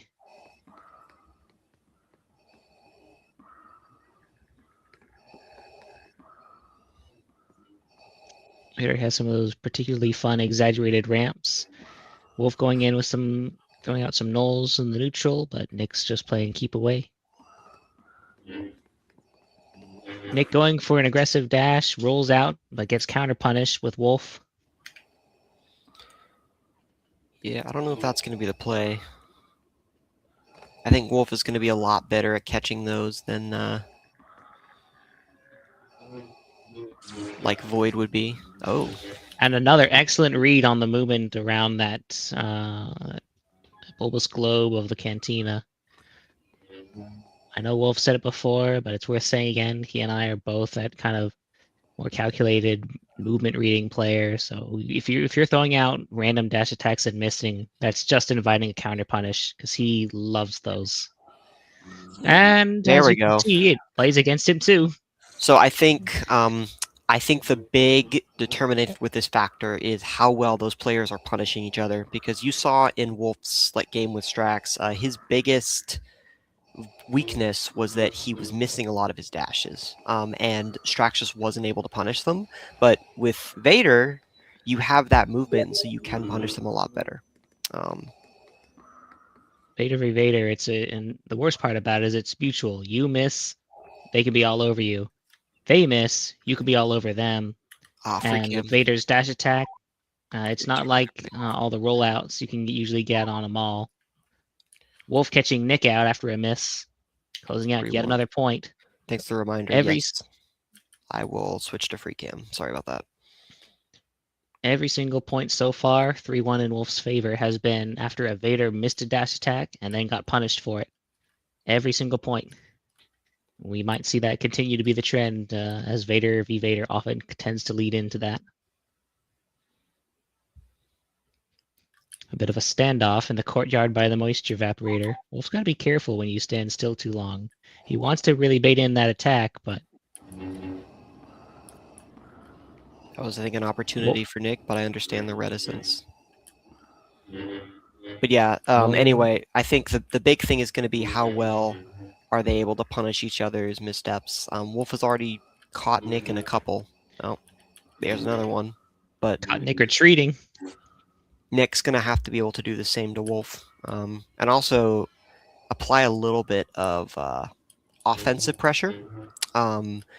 We haven't seen a ton of that from Nick so far. Nick getting away with the dash attack. Wolf got away with one a couple points ago, but he's not getting away with that movement as Nick throws out nulls and catches Wolf. Great job by Nick. That's the first point that wasn't just outright missed dash attacks. Very offensive swing by Wolf. Nick played it safe, maybe not confident in it, and Wolf catches him out. Yeah, so Nick was a little bit too cautious, and so I think if he had gone in for the dash, he might have actually caught him.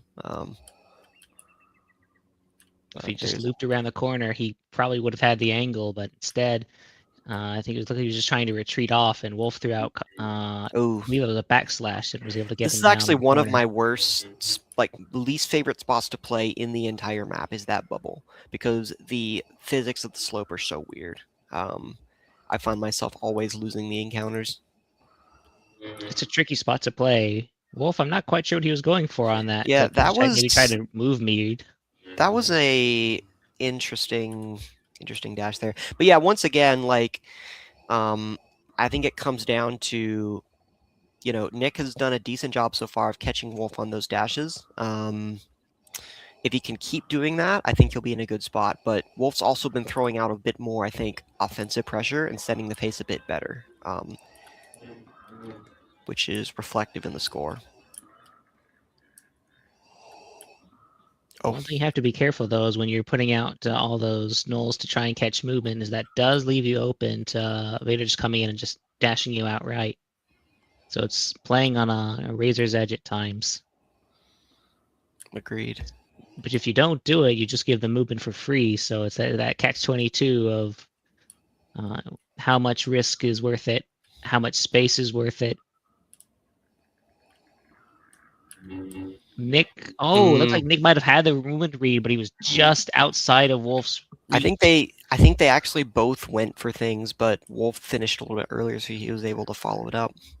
Attempted very spawn close. kill, Oh. and Wolf's I did not see that happen. That is unfortunately the problem with free cam, but it looks like Wolf managed a successful spawn kill. Yep.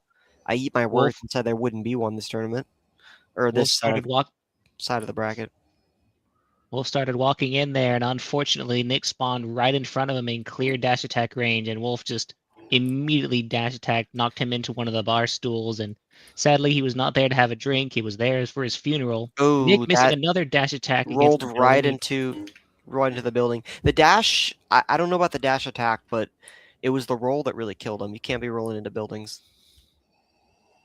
No, when your roll is your only hope of escaping that, and you're rolling into something that gives you no movement whatsoever, congratulations, you're still a stationary target for Vader, and Vader Yeah, has the well, easiest time against I mean, that. it's counterintuitive, but it's recommended often to just.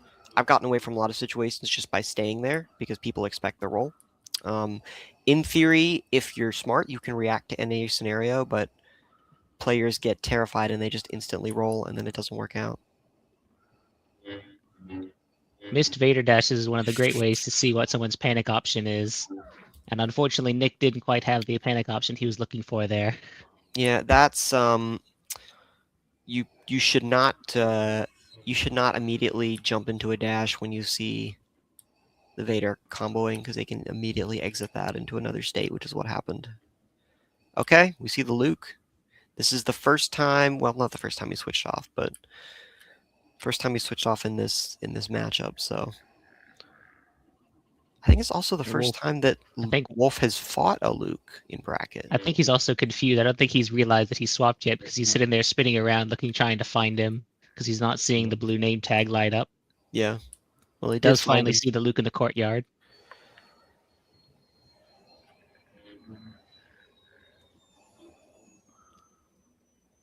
Now the question is, what mix-up is Nick going to try and bring in with the change in matchup? He's playing a bit more building-centric now. That's perfectly fine. Hey, well done, well done. So this might be. I don't know if Wolf's going to continue the Vader or if he's going to swap for I the think he'll first time. continue. I can I see don't several think he would- other. I mean, yeah, but I can see several other characters that would, have the advantage with Luke. So if he loses a couple points here, I don't think he's, too proud to swap out. I really do think that Wolf probably views this matchup as a lot more neutral, where a lot of people would generally say it's more Luke favored. I think he kind of views it as like it's the Vader's to lose. Yeah, I don't know if a lot of people would say it's Luke favored. I think the Luke just has a better matchup into Vader than a lot of other characters.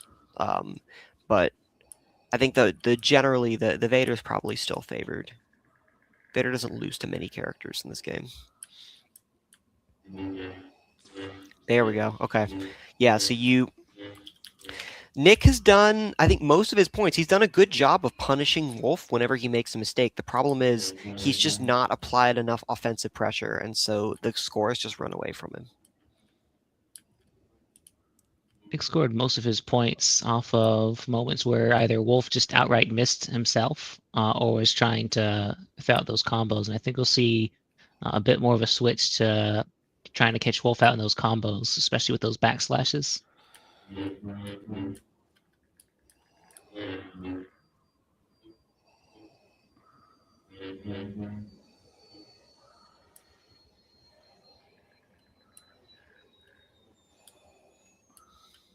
Trying to invite movement from the Vader, but Wolf's kind of just slowly walking towards him ominously, keeping a bit of distance between them. But oh, he went for something there. Just far away enough, Nick couldn't quite land too it. late for the punish, but he was quick enough that he didn't get caught. So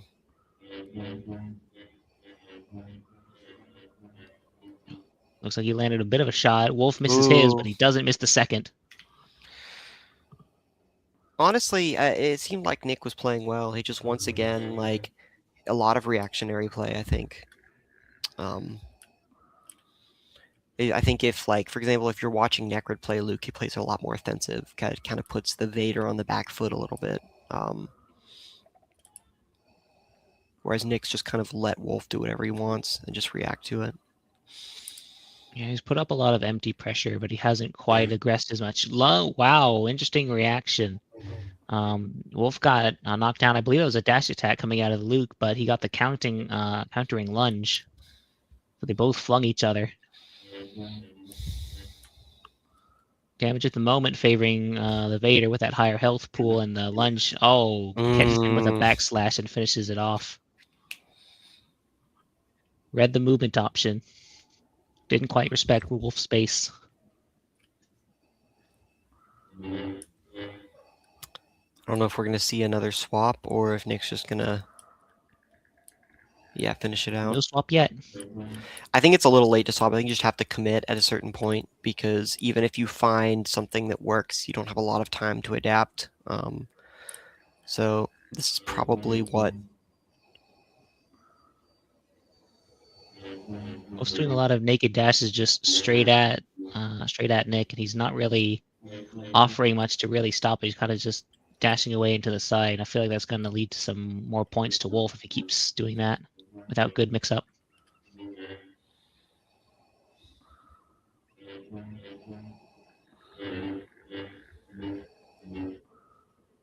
I think Wolf actually is just waiting for him to get close enough to either throw out a random dash attack or just be close enough to just null if he tries to go too close. I think that's his game plan.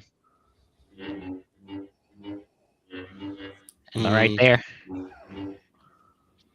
13-5.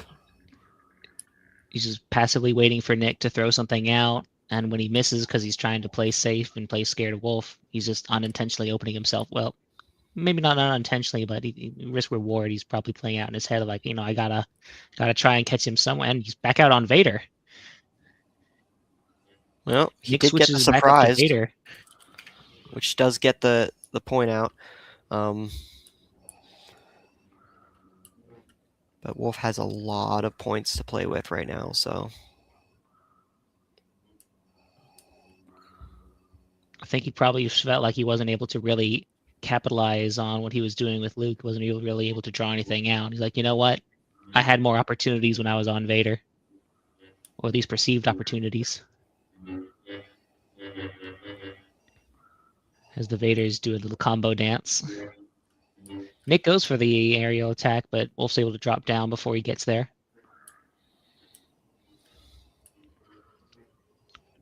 A lot of play has been centered around this building. Ooh, we saw some sparks there. It looks like Wolf just not knocked down by the backslash, and Wolf unfortunately getting a good read and punish. It was a good sequence from Nick. He was able to defend, but, I mean, the play just continued and broke. think Wolf especially is doing a good job keeping like just continuing the engagement and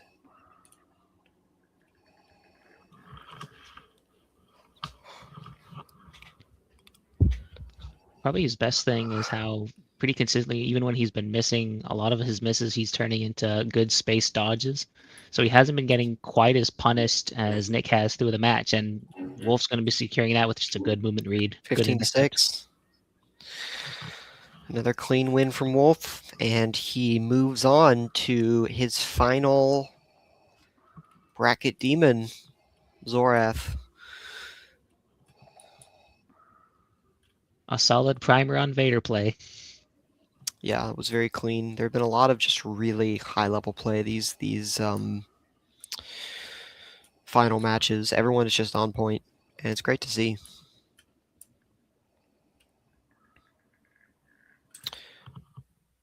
All right. Zorath, if you're watching the stream and you want to chop on Chicago 1, I'll send you a Discord message. We'll just, since people are already in the server.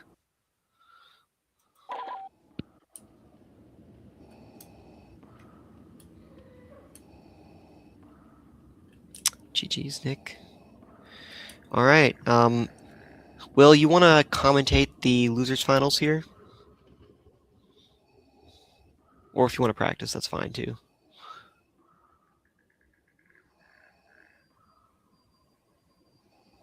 All right.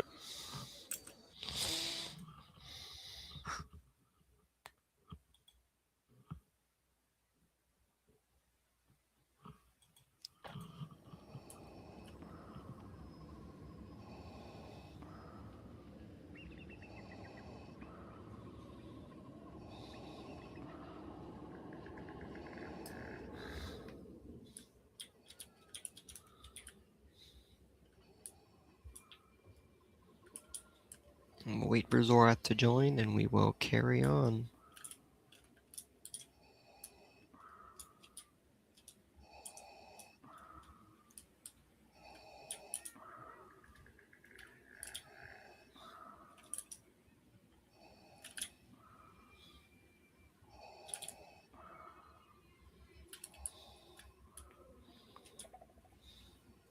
I am in your walls.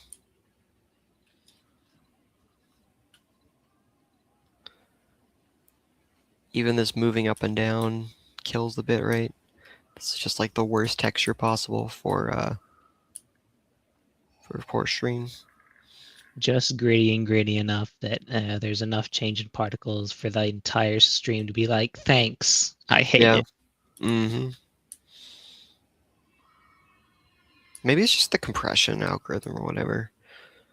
I could go into the technical nuance of it, but I don't know if it matters. Meanwhile, the 1.5 stats nerds out there like, yes, all the numbers, all the things. All right, Zorath is hanging out in voice. I'm going to need him to go ahead and join the server, please.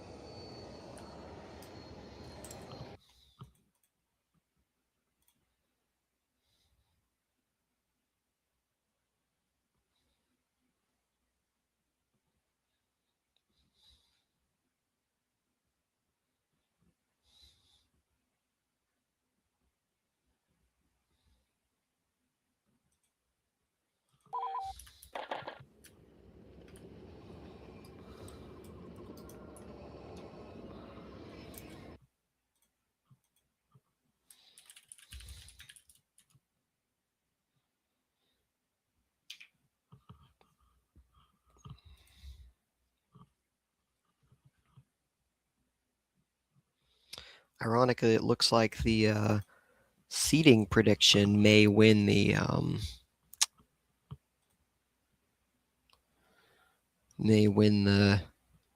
bracket predictions, which is very funny because I think the final.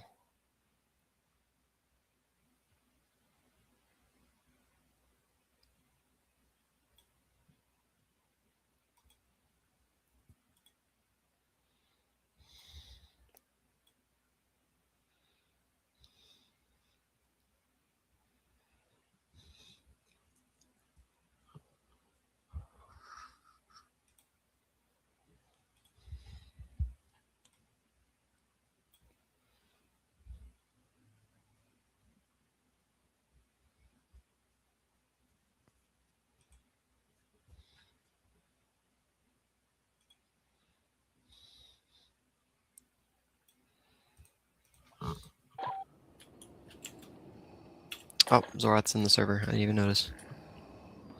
And then Wolf immediately goes AFK.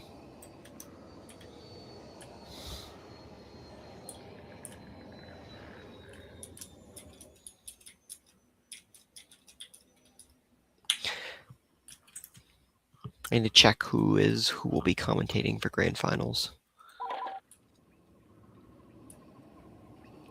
I don't know whether Wolf wins or... I mean, if he wins, he'll be in the grand finals, but if he loses, I'm not sure he'll want to commentate. I'm not sure. So... I'll be around up until a little bit before 5 because we celebrating one of my siblings' birthdays. But I'll definitely be around for whatever matches are leading up to that.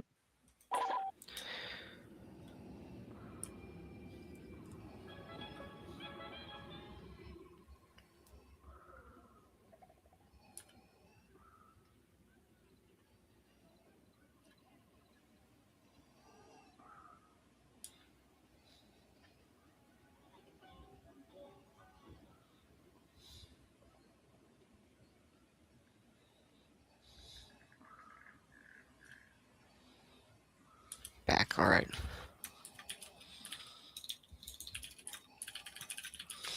Ironically, Wolf is the lower seed here, so he does get to pick heads or tails. The coin flip commences. It is tails.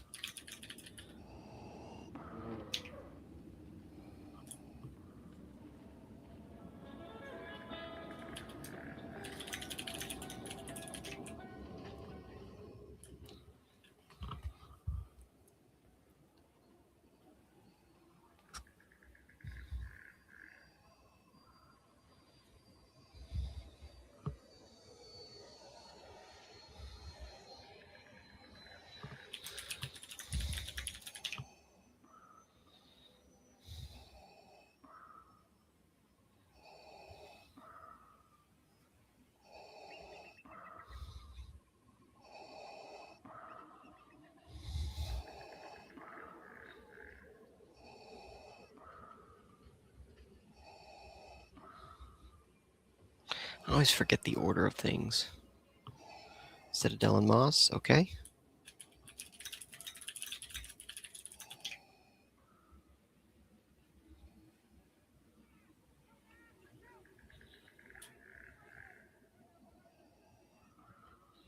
Yavin it is. I will have to prep the map. Maul. Vader, okay. I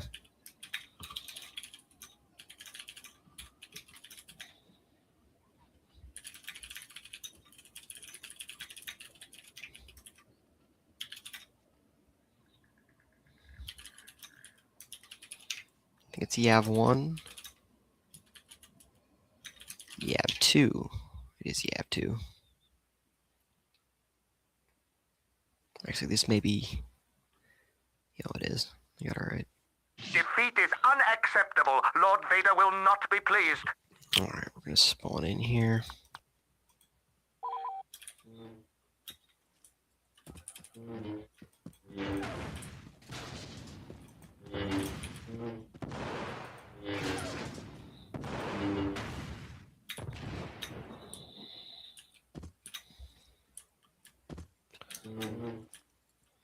There's a lot of hell droids on this map.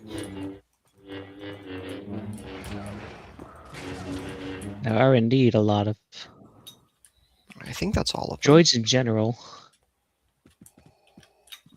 Okay.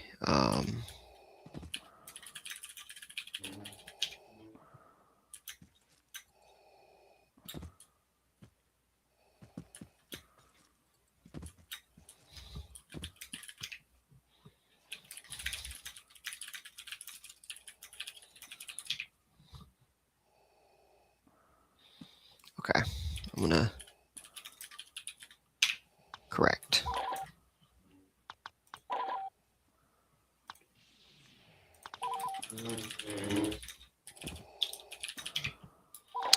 All right. They may begin when both ready.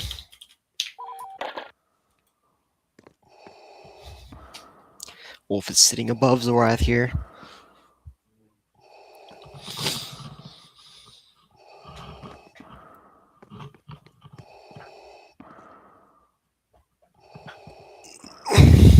Alright, they are ready. Game will commence.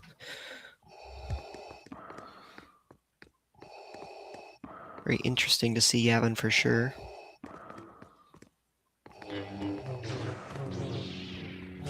First point goes to Zorath. It will be Around every interesting to point. see the differences in play between Strax and Zorath. Oh, pause. Pause.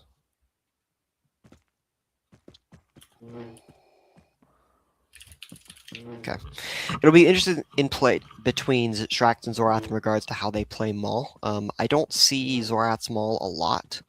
I think he's less comfortable with it than other characters. I don't know how Wolf will adapt to that in comparison. I think Zorath will be moderately comfortable on it still. I just think he'll probably be a little bit less aggro than Strax generally was. But he's absolutely not going to be hyper defensive with it, I think, by any means. I just think he'll just play it out a little bit slower and more methodical.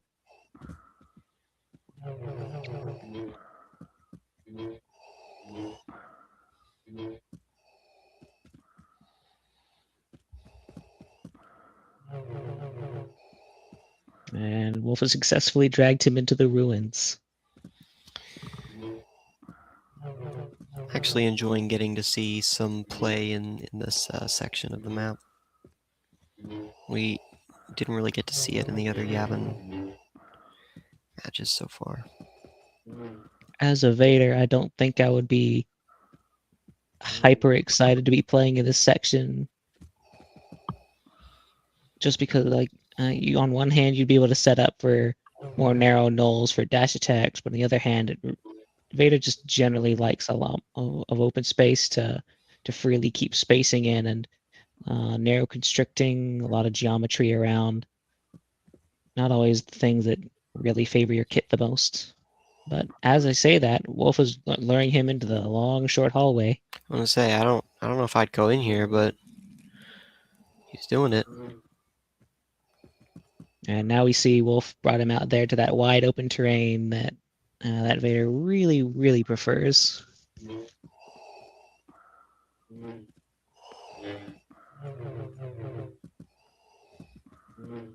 Becomes a problem we can destroy. Oh, another point to Zorath. If that becomes a problem, we can destroy that health droid over in the on the edge of that stairs there. I don't know how much they're going to play in this section. Judging by the play here, I think we might see a decent bit on the outside, but yeah, I don't think that health droid will necessarily come into play as much. Not nearly as much as the internal ones.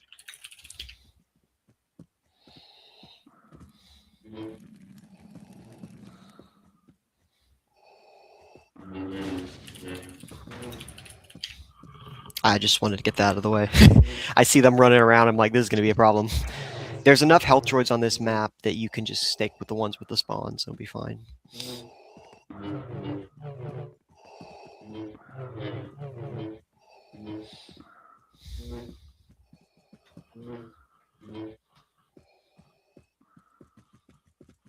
We're seeing a lot of really respectful COVID social distancing here before they finally engage. So that's, I think, just really respecting that range that Vader can really push out. Yeah, the grass is murdering the bitrate. Okay, if it's a serious problem, I can switch to free cam for this match too. Just let me know. It is Zorath circling in a little bit closely on Wolf, and Wolf mistimes. Zorath gets the dash attack hit and the cleanup. This is definitely a great sign for Zorath. Wolf goes for an aggressive lunge, gets knocked up by the stairs, and managed to not get hit by the dash attack. Okay, after this point, I will switch to free cam, fellas. I don't want to miss anything if I switch now.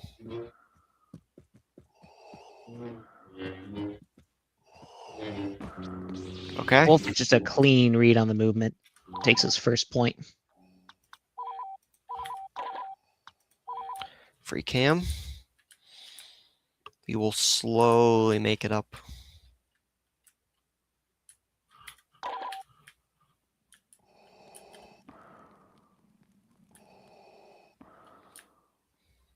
Looks like there's going to be a lot of ground fighting in this open area here. The one thing I'm not quite liking with Wolf playing quite so far in distance is that a lot of the dash attacks that Zorath is kind of throwing out aren't really getting punished. And the moment he does step up and null, he's sticking around too long, trying to throw out too many combo hits, and Zorath's just getting to whip around and counter. Zorath almost gets a point off that. Wolf coming down, but Wolf stayed alive. There we Ooh, go. That's the counter punch I was wanting to see. Wolf was letting a lot of those get by, and Zorath was feeling really safe on those, and he's finally getting the punish from Wolf. Ooh. Wolf's But he escapes and then goes down to the second dash. Yet another another great anti-fall from Wolf, but it wasn't enough that time. Interesting. Yeah, so the Zorath is playing this a little bit differently from Strax. You can see him exerting a little bit more. Oh, my game crashed. Zadrian, if you're in, Crashed. call a pause, please. If they already got the point, then that's fine. Yeah, they did. Wolf got point. Okay. Then that will be 5-4, I think.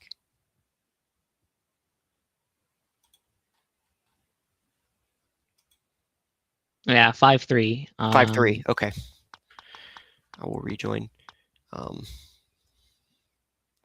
These mod maps are very crashy, so we're gonna go ahead and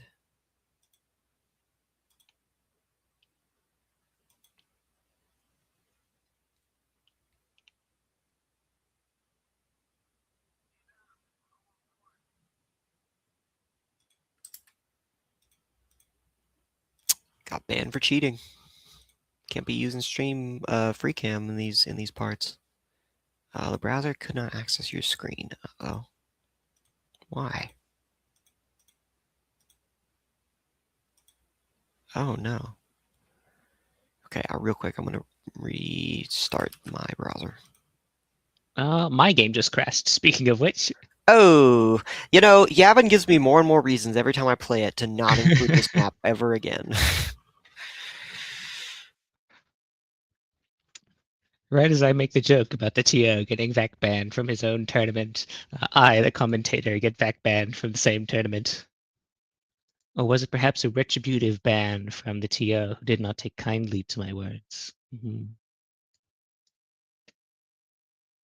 Or did it just kick everyone? That could also have just been what happened.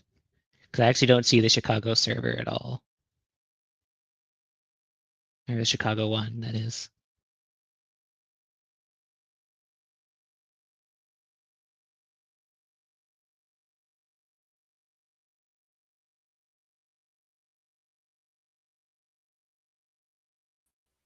Okay, I am back. Let us try this again. Present. Share system audio. Okay.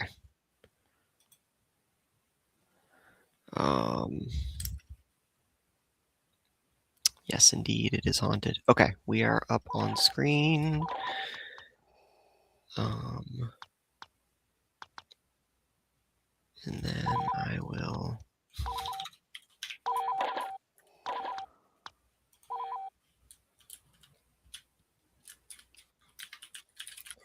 Apologies. You may continue. All right. It is 5-3. Yes. Sorry about that stream. Hopefully it doesn't happen again.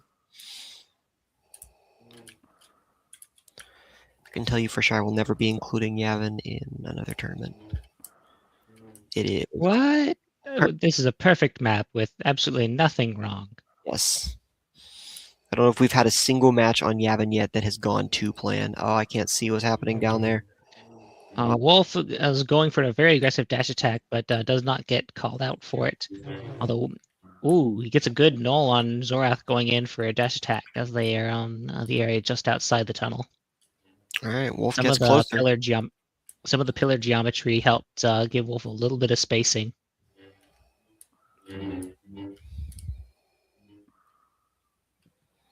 Wolf likes to bring it to these narrow tunnels.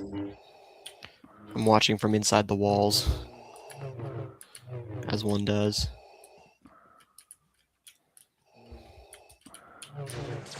Wolf getting caught out by a dash attack. Zorath reading the direction well. Yeah, so what I was saying before I crashed is that I think one of the differences between Strax and Zorath is Strax is doing a lot better job of applying that offensive pressure. That Strax was doing an excellent job of calling Wolf out, but not exerting a lot of his own like serious pressure, whereas Zorath is successfully doing that, and I think that's made Wolf a little bit. It's put him, it's allowed Wolf to not control the pace as much. So Zorath's offense has been very regulated, and when you know that dash attack can come out at any time, but it hasn't come out yet, it makes it a little bit more difficult to respond to, but Wolf openly calls that out and just intercepting straight out. Bringing it closer, 6-5. He shrunk that lead down. if they play around this, I'm gonna... Wolf once Zorath again actually escapes. He's just he got doing that love tap, but Yeah, not staying down. every single hit. Finishing a combo, and Zorath goes in, but Wolf narrowly dodging and gets out of dodge.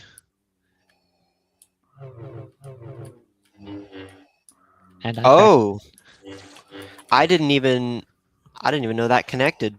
I don't know if Wolf... Oh, no. Crash number 2.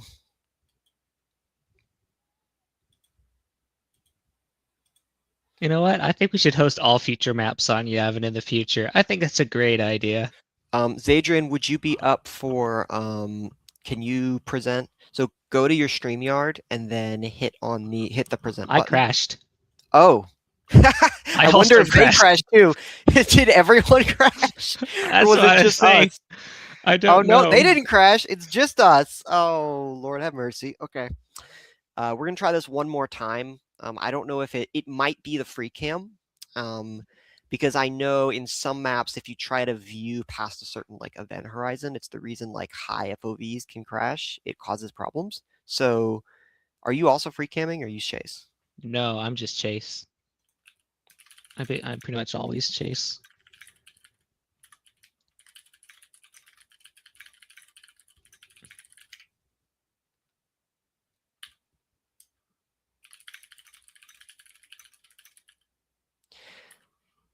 To be fair, I also changed I'm going to leave my FOV at stock and see if that has an effect. This may be one of those maps that just doesn't like it.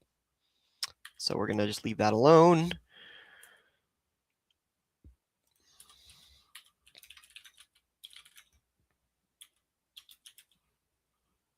It's 7-6 in favor of Wolf now.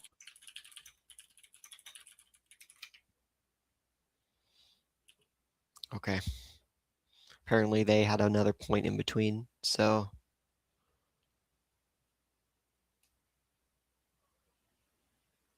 Equil as I crashed. Okay.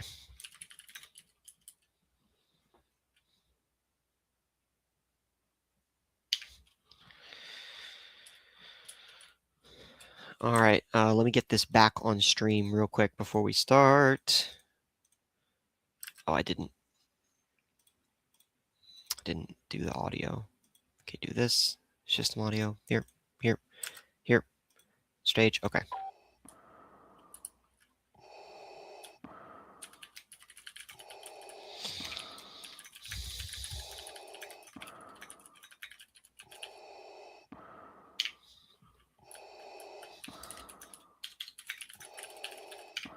All right, sorry about that stream. Of course, this happens on losers finals, but it is now 7-6 in Wolf's favor. I'm gonna leave my FOV stock here. I'm doing the same thing. Yeah, it may just be that, honestly.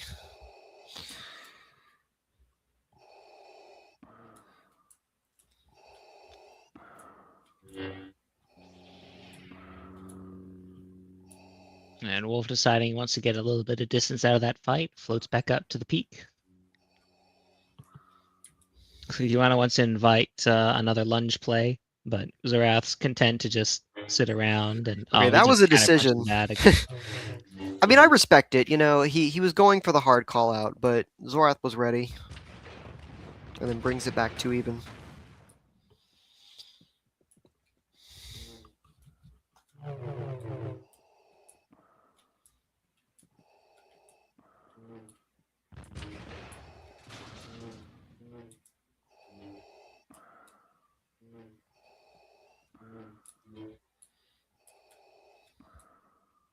And more of that really spaced out play. Wolf goes Oh. aggressively for a lunge and lands it. That was very sketchy, but I see the vision, and the It was vision paid just- off. I think there was just enough back and forth and in action that he felt he had a window there, and he certainly So- found it. Wolf is starting to take the advantage yet again. Or not the advantage, the initiative. The last couple points have been him going offensively. So Zorath is going to have to reclaim that, I think, if he wants to continue keeping this competitive. That, or he can just be a bit more wary of the attacks he's weaving in and out, because that aggression can also become a bane to Wolf if he starts playing too aggressively and misses. Yeah, that's Worse, true. walks into an attack. But the more passively you play, I think the more Wolf's going to get a read on that. So Yeah, there has to be some amount of activity from Zorath, and Okay, good that's job from about what you Zorath. can hope for. the double dash that we talked about earlier, there it was, and he brings it back to even once again. It's a very close game between these two. It's I like that choice to delay the dash attack from Zorath. It didn't land, but I like the decision making that led to it. She was trying to catch out the movement and the dodge. Not quite sure I like continuing to try and play from that position, but Wolf seems quite comfortable to stay up there. Luring him over to that narrow edge.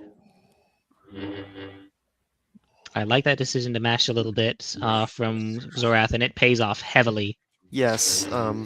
We honestly haven't seen, like, Strax pretty much exclusively used dash attack in his match, and Zorath is integrating more of those And C2, we see a C3s. swap to the Oh, Maul. interesting. We swap I to a am, Maul mirror, and Wolf am- lands a good dash attack from the I am low shocked. position. I'm almost certainly Zorath will switch to Annie here, right? I would see that, yes. No, he sticks to them all for now. I think he probably do wants think- to commit to the matchup since, you know, Wolf is probably going to immediately swap back to Vader if he goes Annie. So, but It is true. that is very interesting. Oh, and gets another point. Wolf lands a good front slash at a combo. The first time we've actually seen, I think, Wolf switch at all this tournament from Vader. And I okay, believe well so. now we see the Annie. I'm And gonna Wolf's in try to bit get of a good picture of what's happening uncomfortable there. position. Wolf's kind of uncomfortably was dancing around in the room, trying not to get caught out by the anti-dash, and unfortunately, a poor medical droid has become a victim. But I don't see any heals, so The it's droid fine. had it coming. So this will be interesting because I suspect that if Zorath wins this, Wolf is going to jump back to Vader. But he But doesn't. Wolf's gonna catch him out.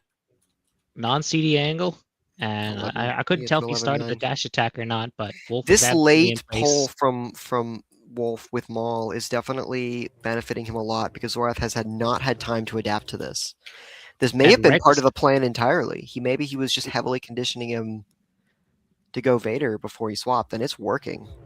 It's really Reckless working. aggression as well from Wolf, and it's playing out very well for most of those points up until this one. He finally Okay. gets caught out. But now Wolf can probably switch back to Vader, and the onus will be. Oh no, he's. Oh yeah, okay, he is. And the onus will be on Zorath to at least score one more point, since he is the one on the back foot here.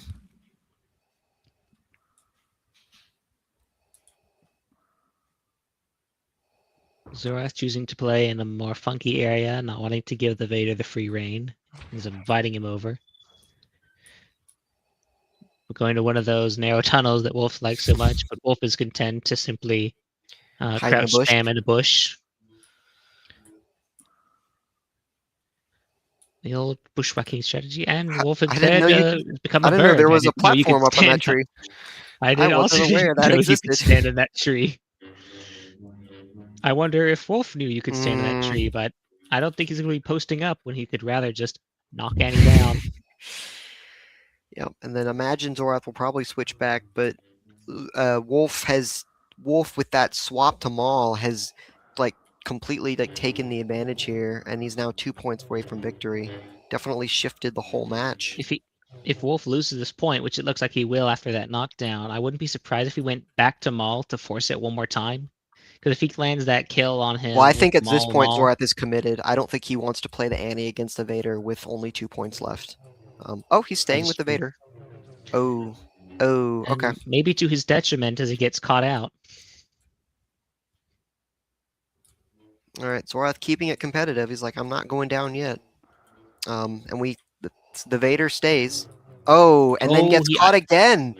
I think Wolf might have been a little bit low on stamina after running back out to meet the fight. He might have Zorath been. pushed him a little bit. I think he just straight up ran out of juice. Well, Zorath has taken it right back to even, and final 2 points remain. I can't imagine we're going to see either of them swapping at this point. Really aggressive lunge play from Wolf, and it does not play out. I'm not sure if he just missed or if Zorath's dash attack All right, gave him the Zorath anti-fall. is now taking the lead, and it's 1 point away from clinching. I don't know if he's going for a spawn kill there or just going for the health droid. I think it's just the health droid. I think he was just going health droid because that was a enemy spawn. You're right. Right. I don't know if okay, Wolf switches to Maul, so he's committing to Maul for the remaining 2 matches of this fight, which I am okay with. He did just lose 3 in a row with Vader, so it makes sense. If he wins this, then he's probably going to have to fight Zorath's Annie, but I think that's a matchup that he's shown he's capable of winning on this map. So this will be interesting. I like that clever stop to land on the brazier instead of committing to the dash attack to try and see if he could bait something out. Because if worst comes to worst, he gets to stay safe, and that ended up being what played out. We're back out into the open terrain again. Wolf once again trying to bring it back up to the stairs. He really likes that geometry play there. Oh, And a Zorath favorable takes interaction for Zorath. 15-13. What a game. That was back and forth the whole game. Fantastic play from both players. A lot of close play, a lot of good punishes. Not too many blatant mistakes either. There really weren't. There was just a lot of really good offensive pressure from both players. You didn't see a lot of just mistakes in general. Fantastic match. All right, so we have grand finals. I'm going to give these players a few minutes to play, and then Zadrian, if you just want to watch in the stream, appreciate you commentating. That'll be fine. Thank you very much. Thank you.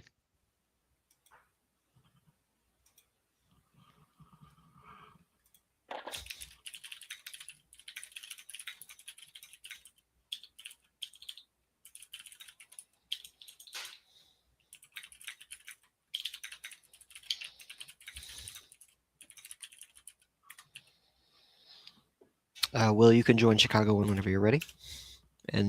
But we're going to take a 5-minute intermission here, so.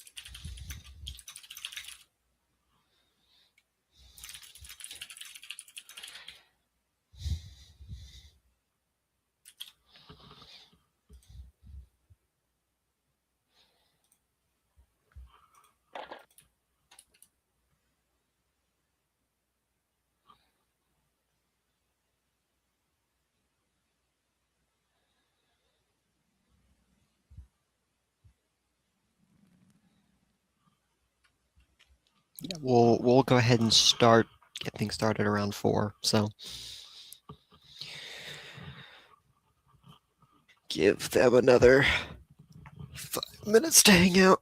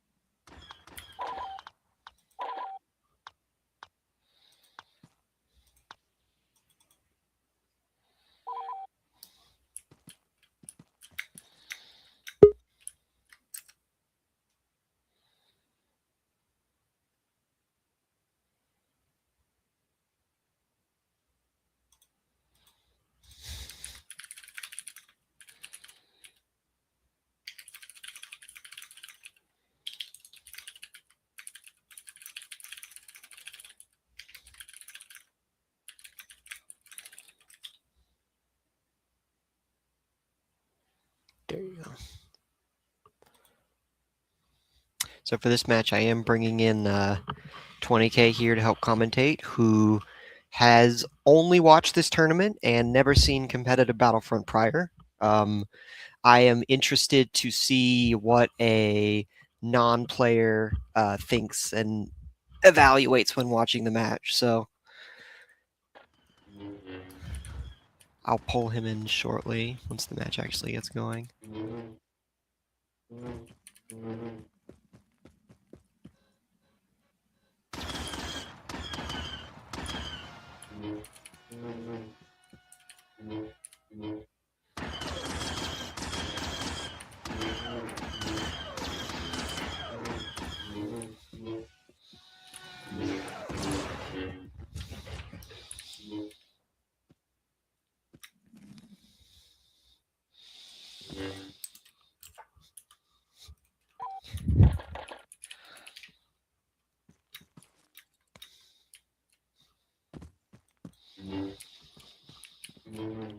I think the SA gang is strategizing currently, so I'll allow them to do that.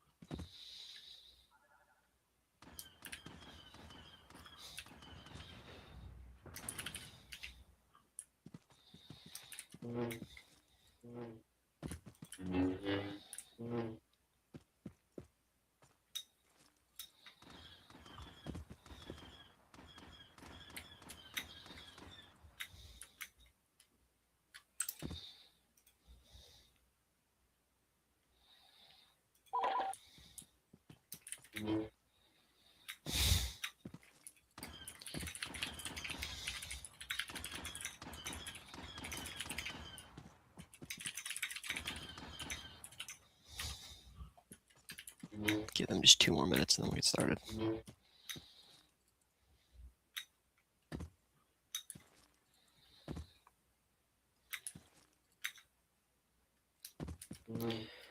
Yeah, across the board, this is definitely some of the highest level play I've seen in NF in probably the last couple years.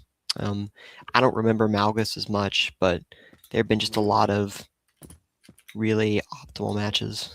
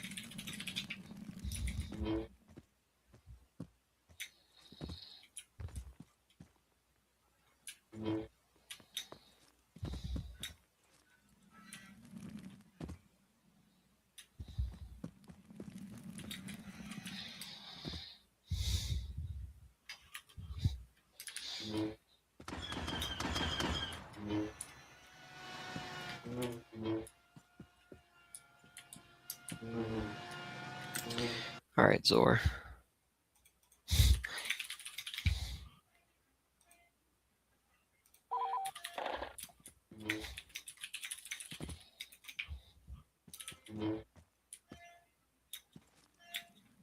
All right.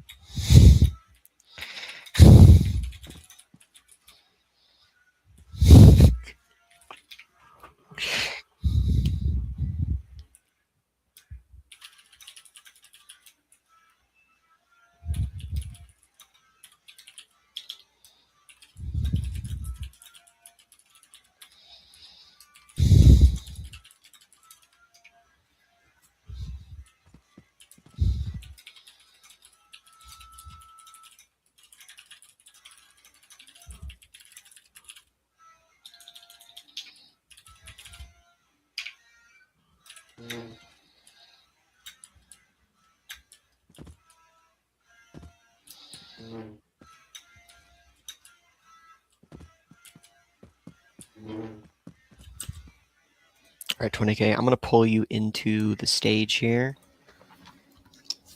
Ah, hello. Hello.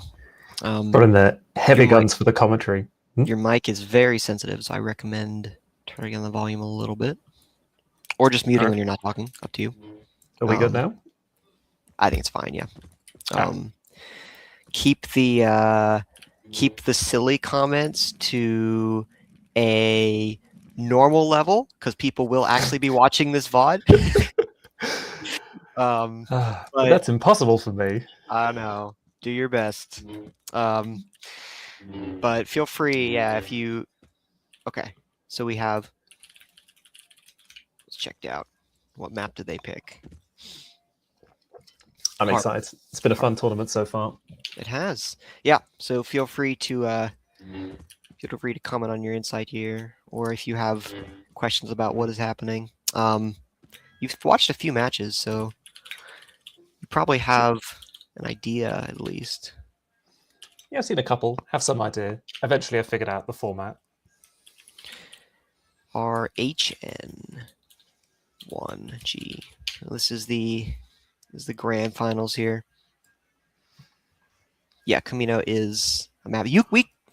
It's not allowed for this tournament, but you can technically play.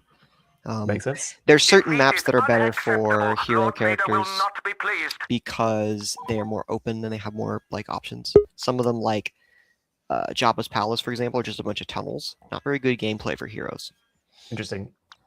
Hello, I've added myself to the stage, if you don't mind. Welcome, there. Wolf. We have the most knowledgeable commentator I'm and the excited. least, so this will be great. I would knowledgeable love is to me, right? commentate with somebody who's kind of newer to things, so I'm coming in now. I think newer is an understatement. I started playing this game yesterday. Yeah. Well, you weren't born into Battlefront yesterday, or I guess you were, but So I know Zorath's probably been thinking a lot about what he did wrong last match, or at least how to adapt. So I'm curious what the game plan is.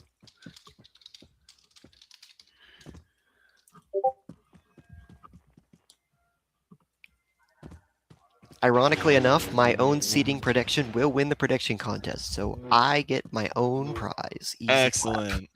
Easy What do you clap. win? I knew it all along. Ranked. We use challenge for the tournament bracket, and you could submit predictions on who you want to win. The password? Yeah, I screwed up. Hang on. Okay.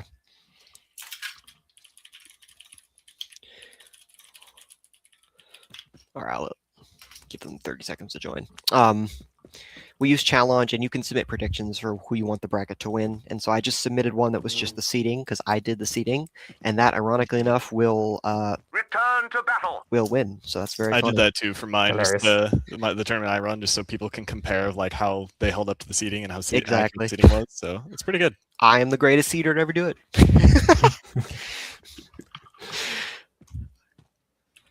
All right, let me know when you're in so that. I'm in. Oh, you're in. Oh, he is in.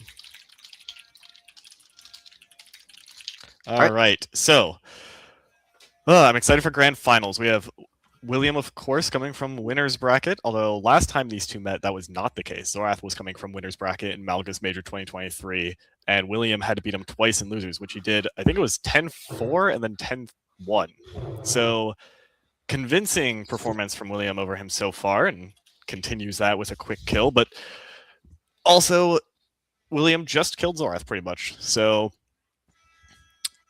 yeah, there's a 3-0 recent tournament performance, I guess. Probably higher if I went to the records. Yeah, I mean the Malgus ones were not close. I mean, well, I think it was like 15-2 and 15-1. Although Zorath had a much better showing this tournament, which was what, 7 or 5? I can't remember. I think it was 5. So Yeah. technically, it's not that different from a 10-3, 10-4. So Yeah. So who's your prediction of who's going to win this match so far? Or just I think- in general? pretty much anybody is going to say William. I think there's very, very few people who would say Zorath here. So the player Eldad Paco on Ayla.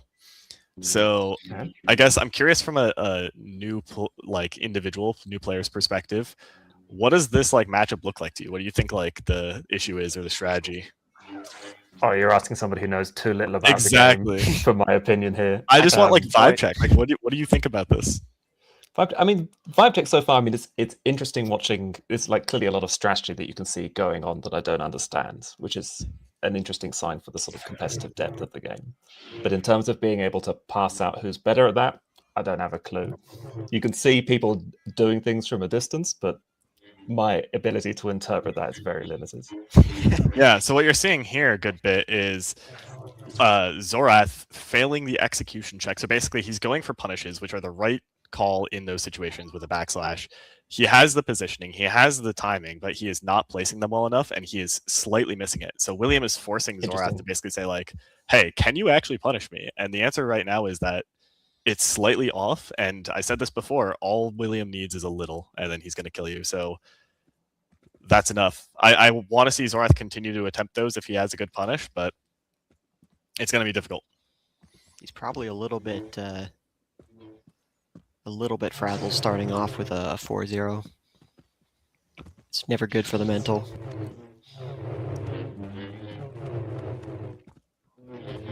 I like going for an aerial there from William. But yeah, absolutely. Starting off 4-0, it's not great, but as we saw in my match, it is easy to adapt. And in either direction, Zorath gets on the board. Yeah, so for context, William Eldad Paco is won every major tournament that he has joined for the past Probably at least 5 years, 5 to 7 years. I see. So there's somewhat of an institutional bias towards favouring them. Makes a lot of sense. Yeah, he's very clearly almost never loses, and it's usually not even close. It's pretty rare to have a match with him that even gets to the final hit, right? Yeah, frankly, He's if you get half of the total points against William, it's a pretty reasonable accomplishment. I see. So you're not playing to win. You're playing not to lose as badly. Oh no, as you're playing to possible. win, and there we go. Zorath fixes his punishes, places it correctly, and gets on his second kill. You're Nice. absolutely playing to win, but the point is William has dominated for the Yep. past 5 to 7 years, and it hasn't been close. He hasn't had a really a rival that's even pushed him to the brink very often. So every tournament he's seeded first, right? And you have to think about, all right, if I eventually get to William in the bracket, what do I do about it? He's truly the Roger Federer of this game. He is. Yeah. Oh, can he you is- get the finish? Yes, he can. Well, Excellent. I was, That's eating okay. my It's words a little getting- bit. He's it's getting gotten 3 closer. points in a row. Yeah. You might think. Yeah. Already a much better performance. Part of that is Wolf. Oh, classic we lost classic him. voice cutout. Yep. He'll be back. Big William got to him. Didn't DDoS in the servers already. How much of a difference in like character matchup is there here? Is this a good character matchup? Hello? Is this bad for them? So it depends on who you ask. Both characters have what's called CD, which means center dash, meaning if you dash within a certain radius of 0, which in this map is like on the corner, you have a certain Right. amount of invulnerability frames in your dash. Both characters have that, right? But Am I back yet?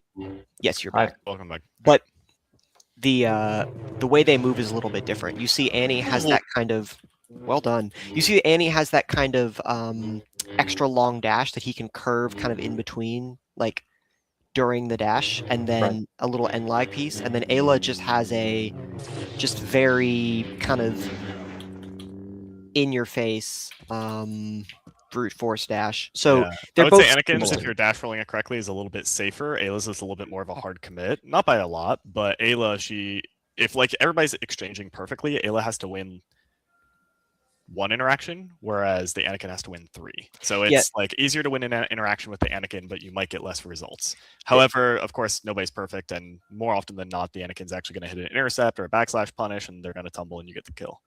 Yeah, so like there's considered like top tiers in this game. Ayla is a top tier alongside probably Vader and maybe like Maul. Annie is considered a high tier, but at the same time, this particular matchup, I would say if you're playing it correctly, I don't know if it's super favored one or the other. I would consider Anakin to be one of the top tier characters. At least in 1v1. I think in 2v2 is a bit different. 7-4. Yes, 7-4. I can't type. Yeah. So we saw a little bit of an adaptation from Zorath there, and then followed immediately by kind of a big gamble. So he did a dash roll off of a building because a lot of his dash rolls were being punished by William. So that's a very common thing people will do. Like the Anakin will go into the dash attack and then roll off the building to cancel the end of their dash attack. That's what a dash roll's for. Right. But followed it up with immediately like going for an attack, going for the end of his dash attack, which is kind of a high risk, high reward move, and it didn't pay off.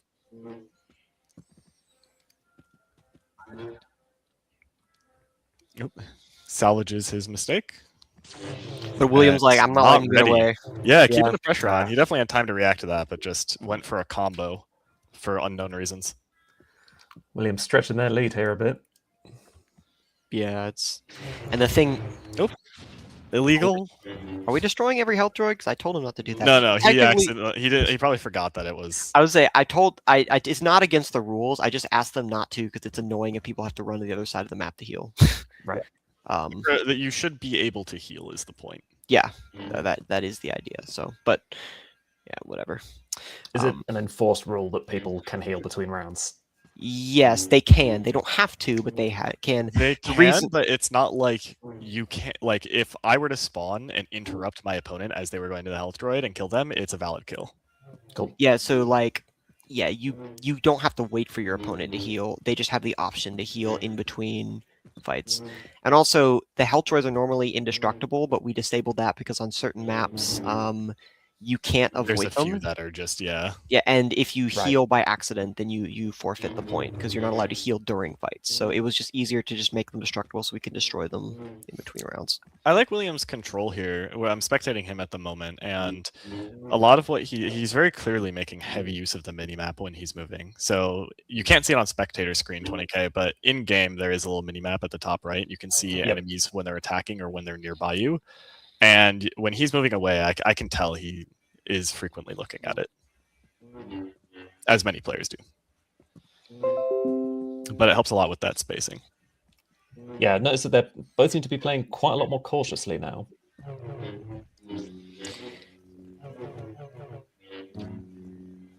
Zorath is trying, William's almost trying to like bait Zorath into a situation where he doesn't have CD, so he's trying to control the angle a lot. Oh, gets a little clip there most likely. Yeah, there's a lot of, so CD is towards the big, well, I don't know how to explain it in It's like a landmark. cathedral or church-looking building over there. Yeah, it's sort of to the left of where Zorath was looking there for a second. So that's where they're aiming a lot of their attacks. But it's interesting because you don't have to start your attack from there. You just have to curve into it. This is funny. Yeah. They both want to start an engagement with the CD angle, so this is a very like blunt, like I am picking the angle, like maneuvering. Neither of them are. Like, normally, often in play, people will have a little bit of an exchange and nuance thing, bait them around, and then try to take CD. But sometimes there's a lot more like macro scale moving like this. Mhm. That's what's going on here. They're literally going to the extremes of the map to get CD, We're playing Skyrim now. and we'll see if it matters. Oh, and He's now gonna we're fall back. off, and then He's going for the punish, going for an intercept, good attempt at the aerial. He's gonna again go. Williams being a lot more aggressive now. I think he feels confident that he has a read on Zorath's movement. It's up to Zorath to keep that defense up and go for his own attacks to absorb Williams' aggression while not getting baited. Oh, but and as I he say it, rolls in front of a moving bus. Yeah, Ayla Sakura is considered one of the strongest characters because her dash hits like a truck and it has a bunch of hitboxes. So if you make a mistake right in front of Ayla, they're just going to kill you. And because Right, they have very easy to CD, punish. if they dash into CD, that you have quite literally nothing you can do to avoid it. You she's can't a stop strong it. punishing character and somebody who can make very easy openings and go for aggressive options. So really, in the sort of decision matrix of this game, she's got a lot she can do. Yeah, also presumably played by somebody very competent as well. Yeah, competence and understatement. I don't know about that. Bait it.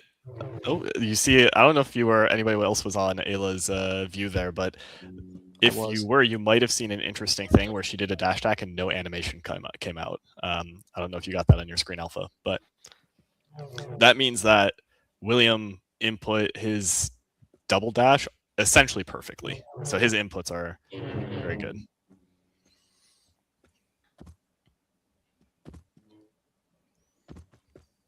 Within the same frame. Yeah, I mean, they're just jockeying for position here, but the problem is William has now, like, he's gotten enough of a point lead and he's slowed down the pace, and so Zorath is having to fight for every point, and that's going to make this even more challenging.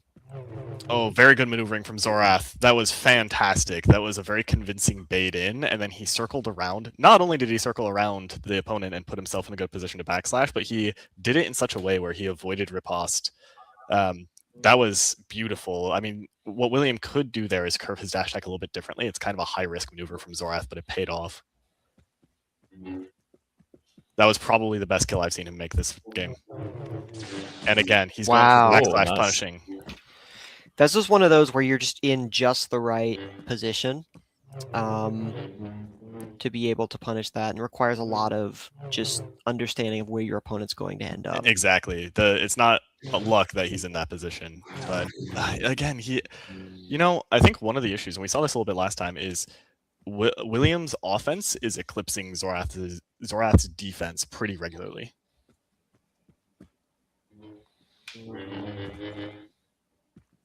Yeah, I think most of Zorath's points have actually come from him taking the offense and not really punishing Will. I mean, to be fair, there's not a lot to punish. Yeah, he makes it hard. He doesn't give you what you want. Yeah. I will note, I do feel sometimes if a very, very observant player looked at the direction William's head is located, he sometimes, like his character's head, he does give away a little bit of what direction he intends to dash. It's not often, but a good player, a good Vader especially, might be able to catch that out. Like here, he's most likely to dash right. And there he goes. Also, I mean, that situation, context dependent. He was up against the wall, just more likely. But again, I think what we're seeing is just after enough time, there's a little bit of an unforced error that occurs from Zorath at a rate that's just enough to give William kills. And 11-6 is not bad, though. No, I mean, there's still opportunity here, but he's going to have to adapt and overcome, and there likely just isn't enough time for it. Yeah, I'll tell you what, though, William does look very relaxed, I think. That is This true. something where he feels comfortable with his lead right now would be my bet. He's still taking Zorath seriously, but it's not something where he looks like he's stressing, but maybe he should be. I think he's Oh. comfortable with his lead, and I think this is also like a situation that he's very familiar with, right? So I think there's a little bit less like just high pressure. Yeah, I think, on one hand, I want Zorath to win, but if he gets another point, he will have passed my score against William, so he'll officially get to feel like he did better. That was optimistic backslash. William's movement is fascinating. You can see him kind of look like he's approaching, but it ends up being like a little bit of a circle. Because he's clearly hoping. You look at the end of most of these curves, he's running towards the direction of where CD is because he wants Zorath to try to take a center dash attack. That is William's most simple win condition.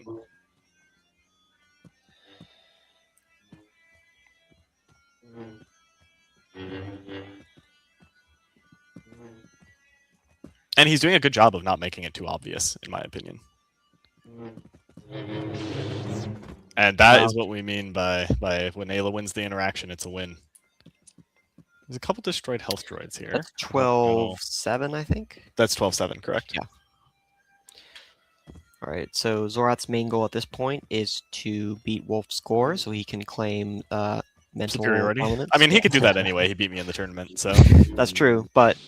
Oh. Ooh. A little bit of his own medicine. It's still pretty close. 12-8 is very good. It's very like he could. We've seen larger comebacks, so it's possible. 100%. But And Zorath is not a player who is going to lie down at any point during this matchup. Backslash? No, I don't understand that choice. I mean, I think for Zorath, even if he doesn't win the match, he's also trying to solve this matchup in general, both the player and the character. I mean, not that he needs to know how to fight Ayla, but just like the player-character dynamic. So, I think he'll be happy to get as many points as possible and just understand what he needs to do to win this, right? Which I think will keep him motivated regardless of what the score is. Yeah, it's much more of the player dissection than it is the character for him. He definitely wants to make progress against William more than anything else.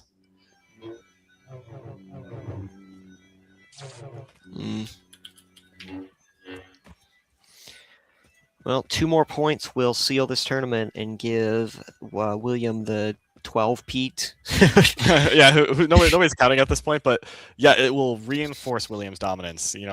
Things have come a little bit closer against some players in recent time, including one defeat against Mike. Mike, the only consistently one of the players that gives William the most difficulty, but against other players doesn't seem to be as dominant. Yeah, in the modern era, William has lost 2 games total ever. One was against Mike in a 10-9, and then I think one was against you? No, I lost that 14-15. Oh, you did? Yeah. By you, he meant me. Oh, yeah, he lost to 20k. Yeah. All right, With so my back to one-day the practice. game. We have, interesting, a choice to backslash there. William is really just kind of, I see him applying a lot of pressure and just engaging with a lot of the shenanigans because I think he senses that this match is coming to a close, but he's still being quite cautious. Zorath doing his best. He wants to bait Ayla in as well, judging by some of his movement. Like, I don't see him taking really a ton of initiative right now unless it's a clear intercept. So he's being cautious, appropriately so. See, one thing I see Will doing really well, and you saw this against his last match against Please don't Zorath, let is that that work. I would have been so mad. is when Zorath comes up for like a combo, right?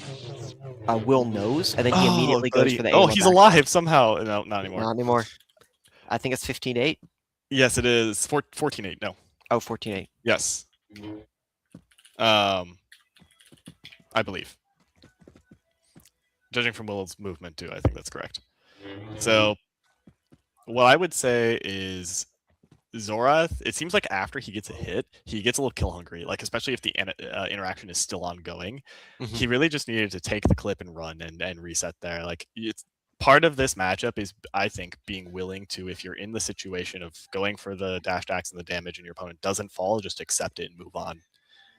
But he knows the matchup better than me, admittedly. People play different against Will, though, and I think there's a little bit of desperation to get the kill. Or perhaps enticement. Well, I saw that in his last match with Will. You saw, like... Oh, yeah, he got him. That's it. That was 15-8. nice. That's a Hey, surprise. that is the tournament, and once again, convincing from William. He's got the punishes, he's got the offense, and he's got the map tricks. What else can you ask for? Will also took a break from Battlefront for the past few months. I don't remember how long it's been. So, Yeah. just showing he can, come back and still win a tournament. Well, somebody used to say it's like riding a bicycle; it doesn't go away. Yeah. Well, that is the end of our tournament. Thank you all who joined and worked it within your weekend schedule. Congrats to Will for winning another one. I'll see if he wants to join and chat. We usually do.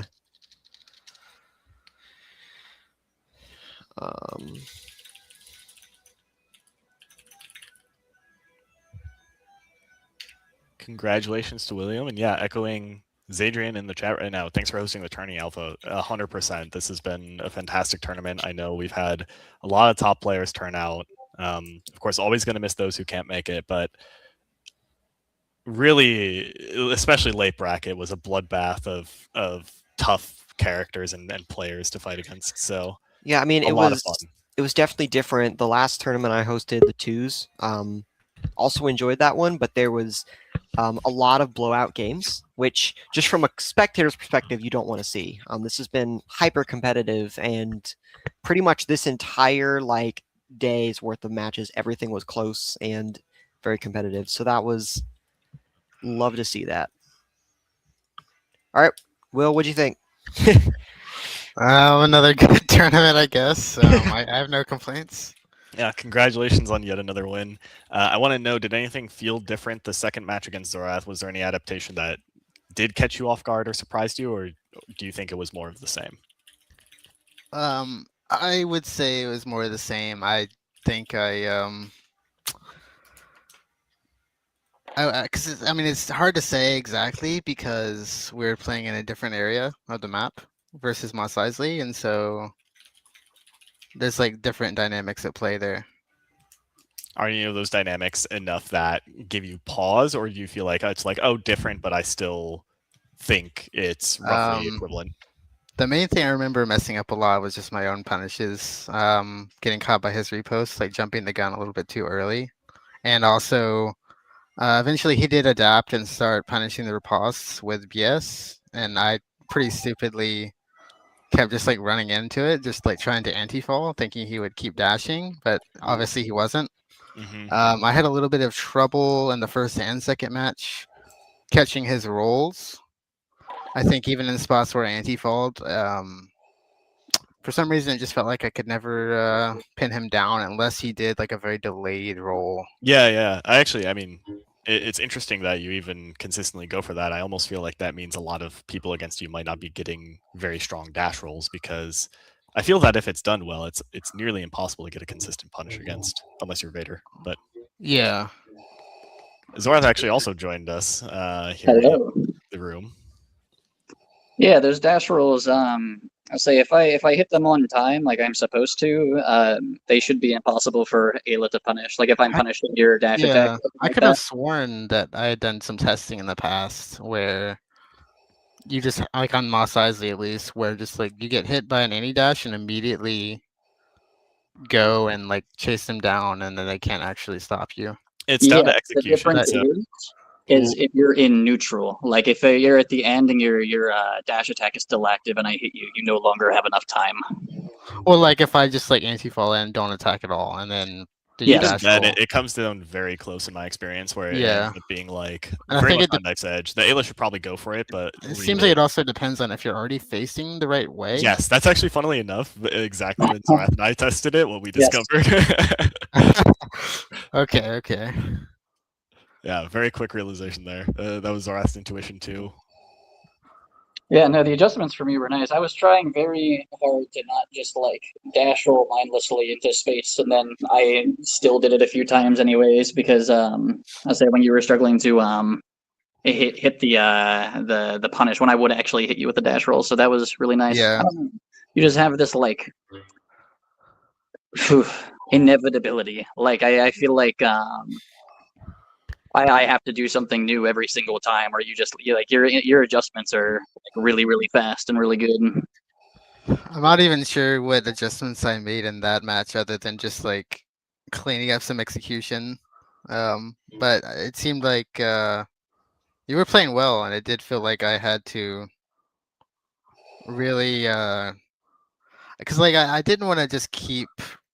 I wanted to break up the pace a lot Mhm. personally because I felt like the CD matchups can become a little bit more even if you try to get into those like clash fests where you're both just like hitting dashes over and over into each other. Oh yeah. And so I usually try more so to try to get them to dash first if I can. Well, we also have 20K here, who's literally a brand new person to the game, born yesterday. Do you have, each of you, I think a fun question is, any advice for somebody who is, I don't know if you intend to keep playing the game, but just in general, anybody who's just starting off? Do I have any advice for the new players? For new players. Just play the game. Learn the mechanics, talk around to people, ask questions. But I mean, at the level, if you're brand new to the game, like there's nothing that's going to be more valuable than just playing it. Agreed. I think if you're really brand new completely, I think once you get to more of an intermediate level, it becomes more about trying to identify like what you can do better. Deliberate practice, yeah. Yeah. For now, it's just expanding what you know.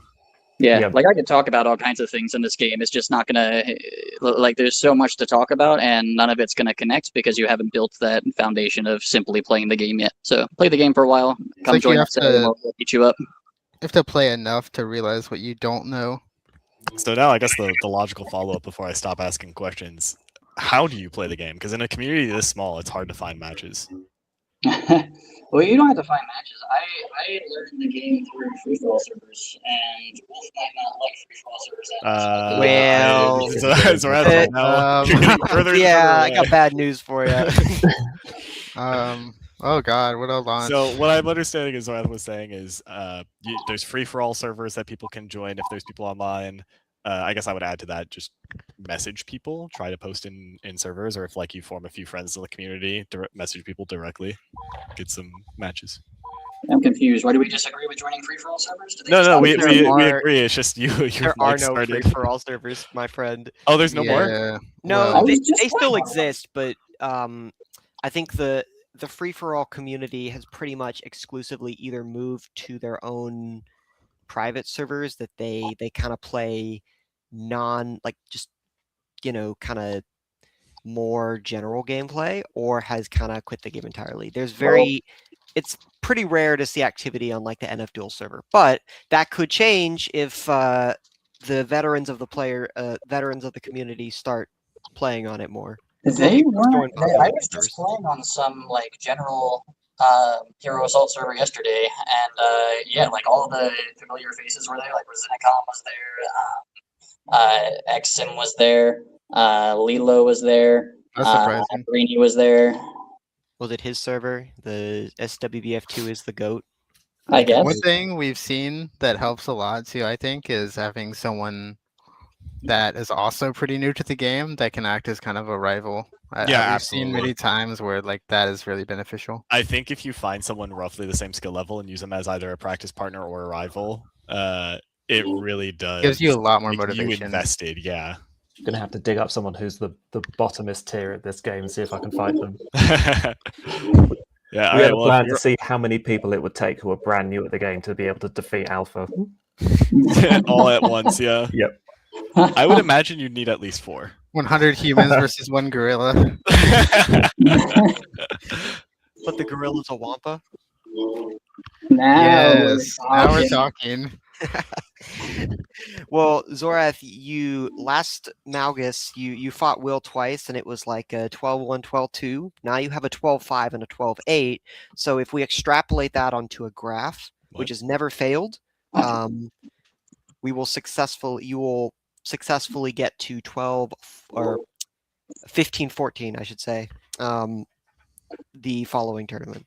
I think Oh, just excellent. the Grievous is not the way. to be Yes, that honest. was. Yeah, that was when we talked strategizing a bit at some point before this tournament. I think it was actually after the last tournament. I was like, man, why'd you go to Grievous? Because I had Yeah. one good game against Mike with Grievous, and I was like, this I is the know. strategy. Mike just has a general weakness to that character, I think. I Compared didn't feel like he to- did. I felt like he was going. Mike and relatively 50% of all toe-to-toe. people who play this game. It's harder for him to deal with those matchups where it's just like simple CD versus CD, or like he's better at like a Maul v Vader or Maul v Maul matchups like that. Yeah, actually, the Ayla versus Andy is really interesting because I feel like Is it? yes. Part of my not wanting to go to flat ground and just duke it out there is partially just out of boredom. It is so boring to play. I don't like it. It's definitely I more fun than love it. Annie or Annie Grievous. Yeah. Or Grievous. It's Yeah. the best CD matchup by a long shot. Actually, I would say Ayla Grievous is my favorite CD matchup.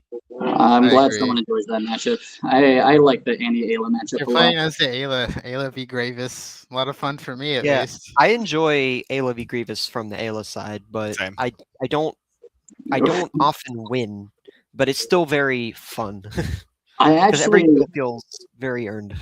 I like the Grievous v Grievous significantly more than I like playing Grievous against Ayla. You said what? I like playing Grievous against Grievous significantly more than Grievous against Ayla. I would imagine so. It's a lot more fair that way. Part of me Well- does like reconsider if Ayla is actually just better in that matchup. I But mean- it's hard to If you say. play it like a Vader sort of way, but with CD, I think Ayla has it tilts Ayla's direction in my mind at least. But I'm not a Yeah. Grievous player. It's really hard to say. Yeah, I mean, we used to think of Grievous as just like this Yeah, the this best. like SS tier thing in Yeah. like flat ground duels, and now he's just kind of rubbish. Like I did. He's still not rubbish. I not mean, rubbish, yes, but he there's- slaughters anybody without CD, but like Vader destroys him, Ayla destroys him, Well- Annie arguably destroys him. I think Destroys is I very think hard. Annie is a lot more even. yeah, Grievous in general is very much a matchup check where if you don't play a lot against a Grievous, you will get destroyed, kind of regardless of the character you play. But I think a lot of top players understand the matchup well enough that they figure it out. A lot of like people talk about like character dynamics like it's a objective thing when a lot of it just agreed. has the player in particular experience playing that and they have like a game plan. That's true. right? I feel like to use a crappy chess analogy because I don't play chess, the matchup Uh-oh. you're in is the pawn structure, but your choices are the pieces maneuvering. Yes, like an all Alpha's 10 of about our to get viewers will tilted. understand that. I know. I'm tilting Alpha, partially. Okay, that's certainly Now we just need to see Maul also like take Grievous to town. Alpha, if you were a I think chess Voigt's piece, which working on chess that, piece would actually. you be? if I was a chess piece, I'd be the rook. I was able to go pretty evenly with Necrid as the Maul, but that was also a while ago and like only one occasion. So Yeah, I wonder who gave you that idea. it was you. I feel like Mole has an easier time against Ayla than Annie does too. Very What'd different matchups, but anyway, I know we could talk matchup theory all day. I do have to head out for a little bit. Yeah, we so- have to wrap up Yeah. here. The only other comment I'll make is hopefully this encourages other people to host their own tournaments with their own rules because you can do that. I and probably also Wolf would love to join someone else's tournament and get to just experience that nonsense. So Or the ultimate conclusion of this is that it's going to be you and me hosting alternating tournaments, and then we And will never never get to back fight again. Yeah, exactly. It's just I this symbiotic relationship. I need a chance to fight Wolf again so I can do like the hyperbolic time chaper Train for preparation. 1,000 years. Exactly. Whenever we just need to have Alpha like stand in for Wolf and Wolf stand in for Alpha whenever they host their own tournament. Oh, that would be great. We just like switch each other's names and then don't acknowledge it, Anyway, appreciate everyone for watching and playing and all that. I'm gonna go ahead and end the stream here, but cheers.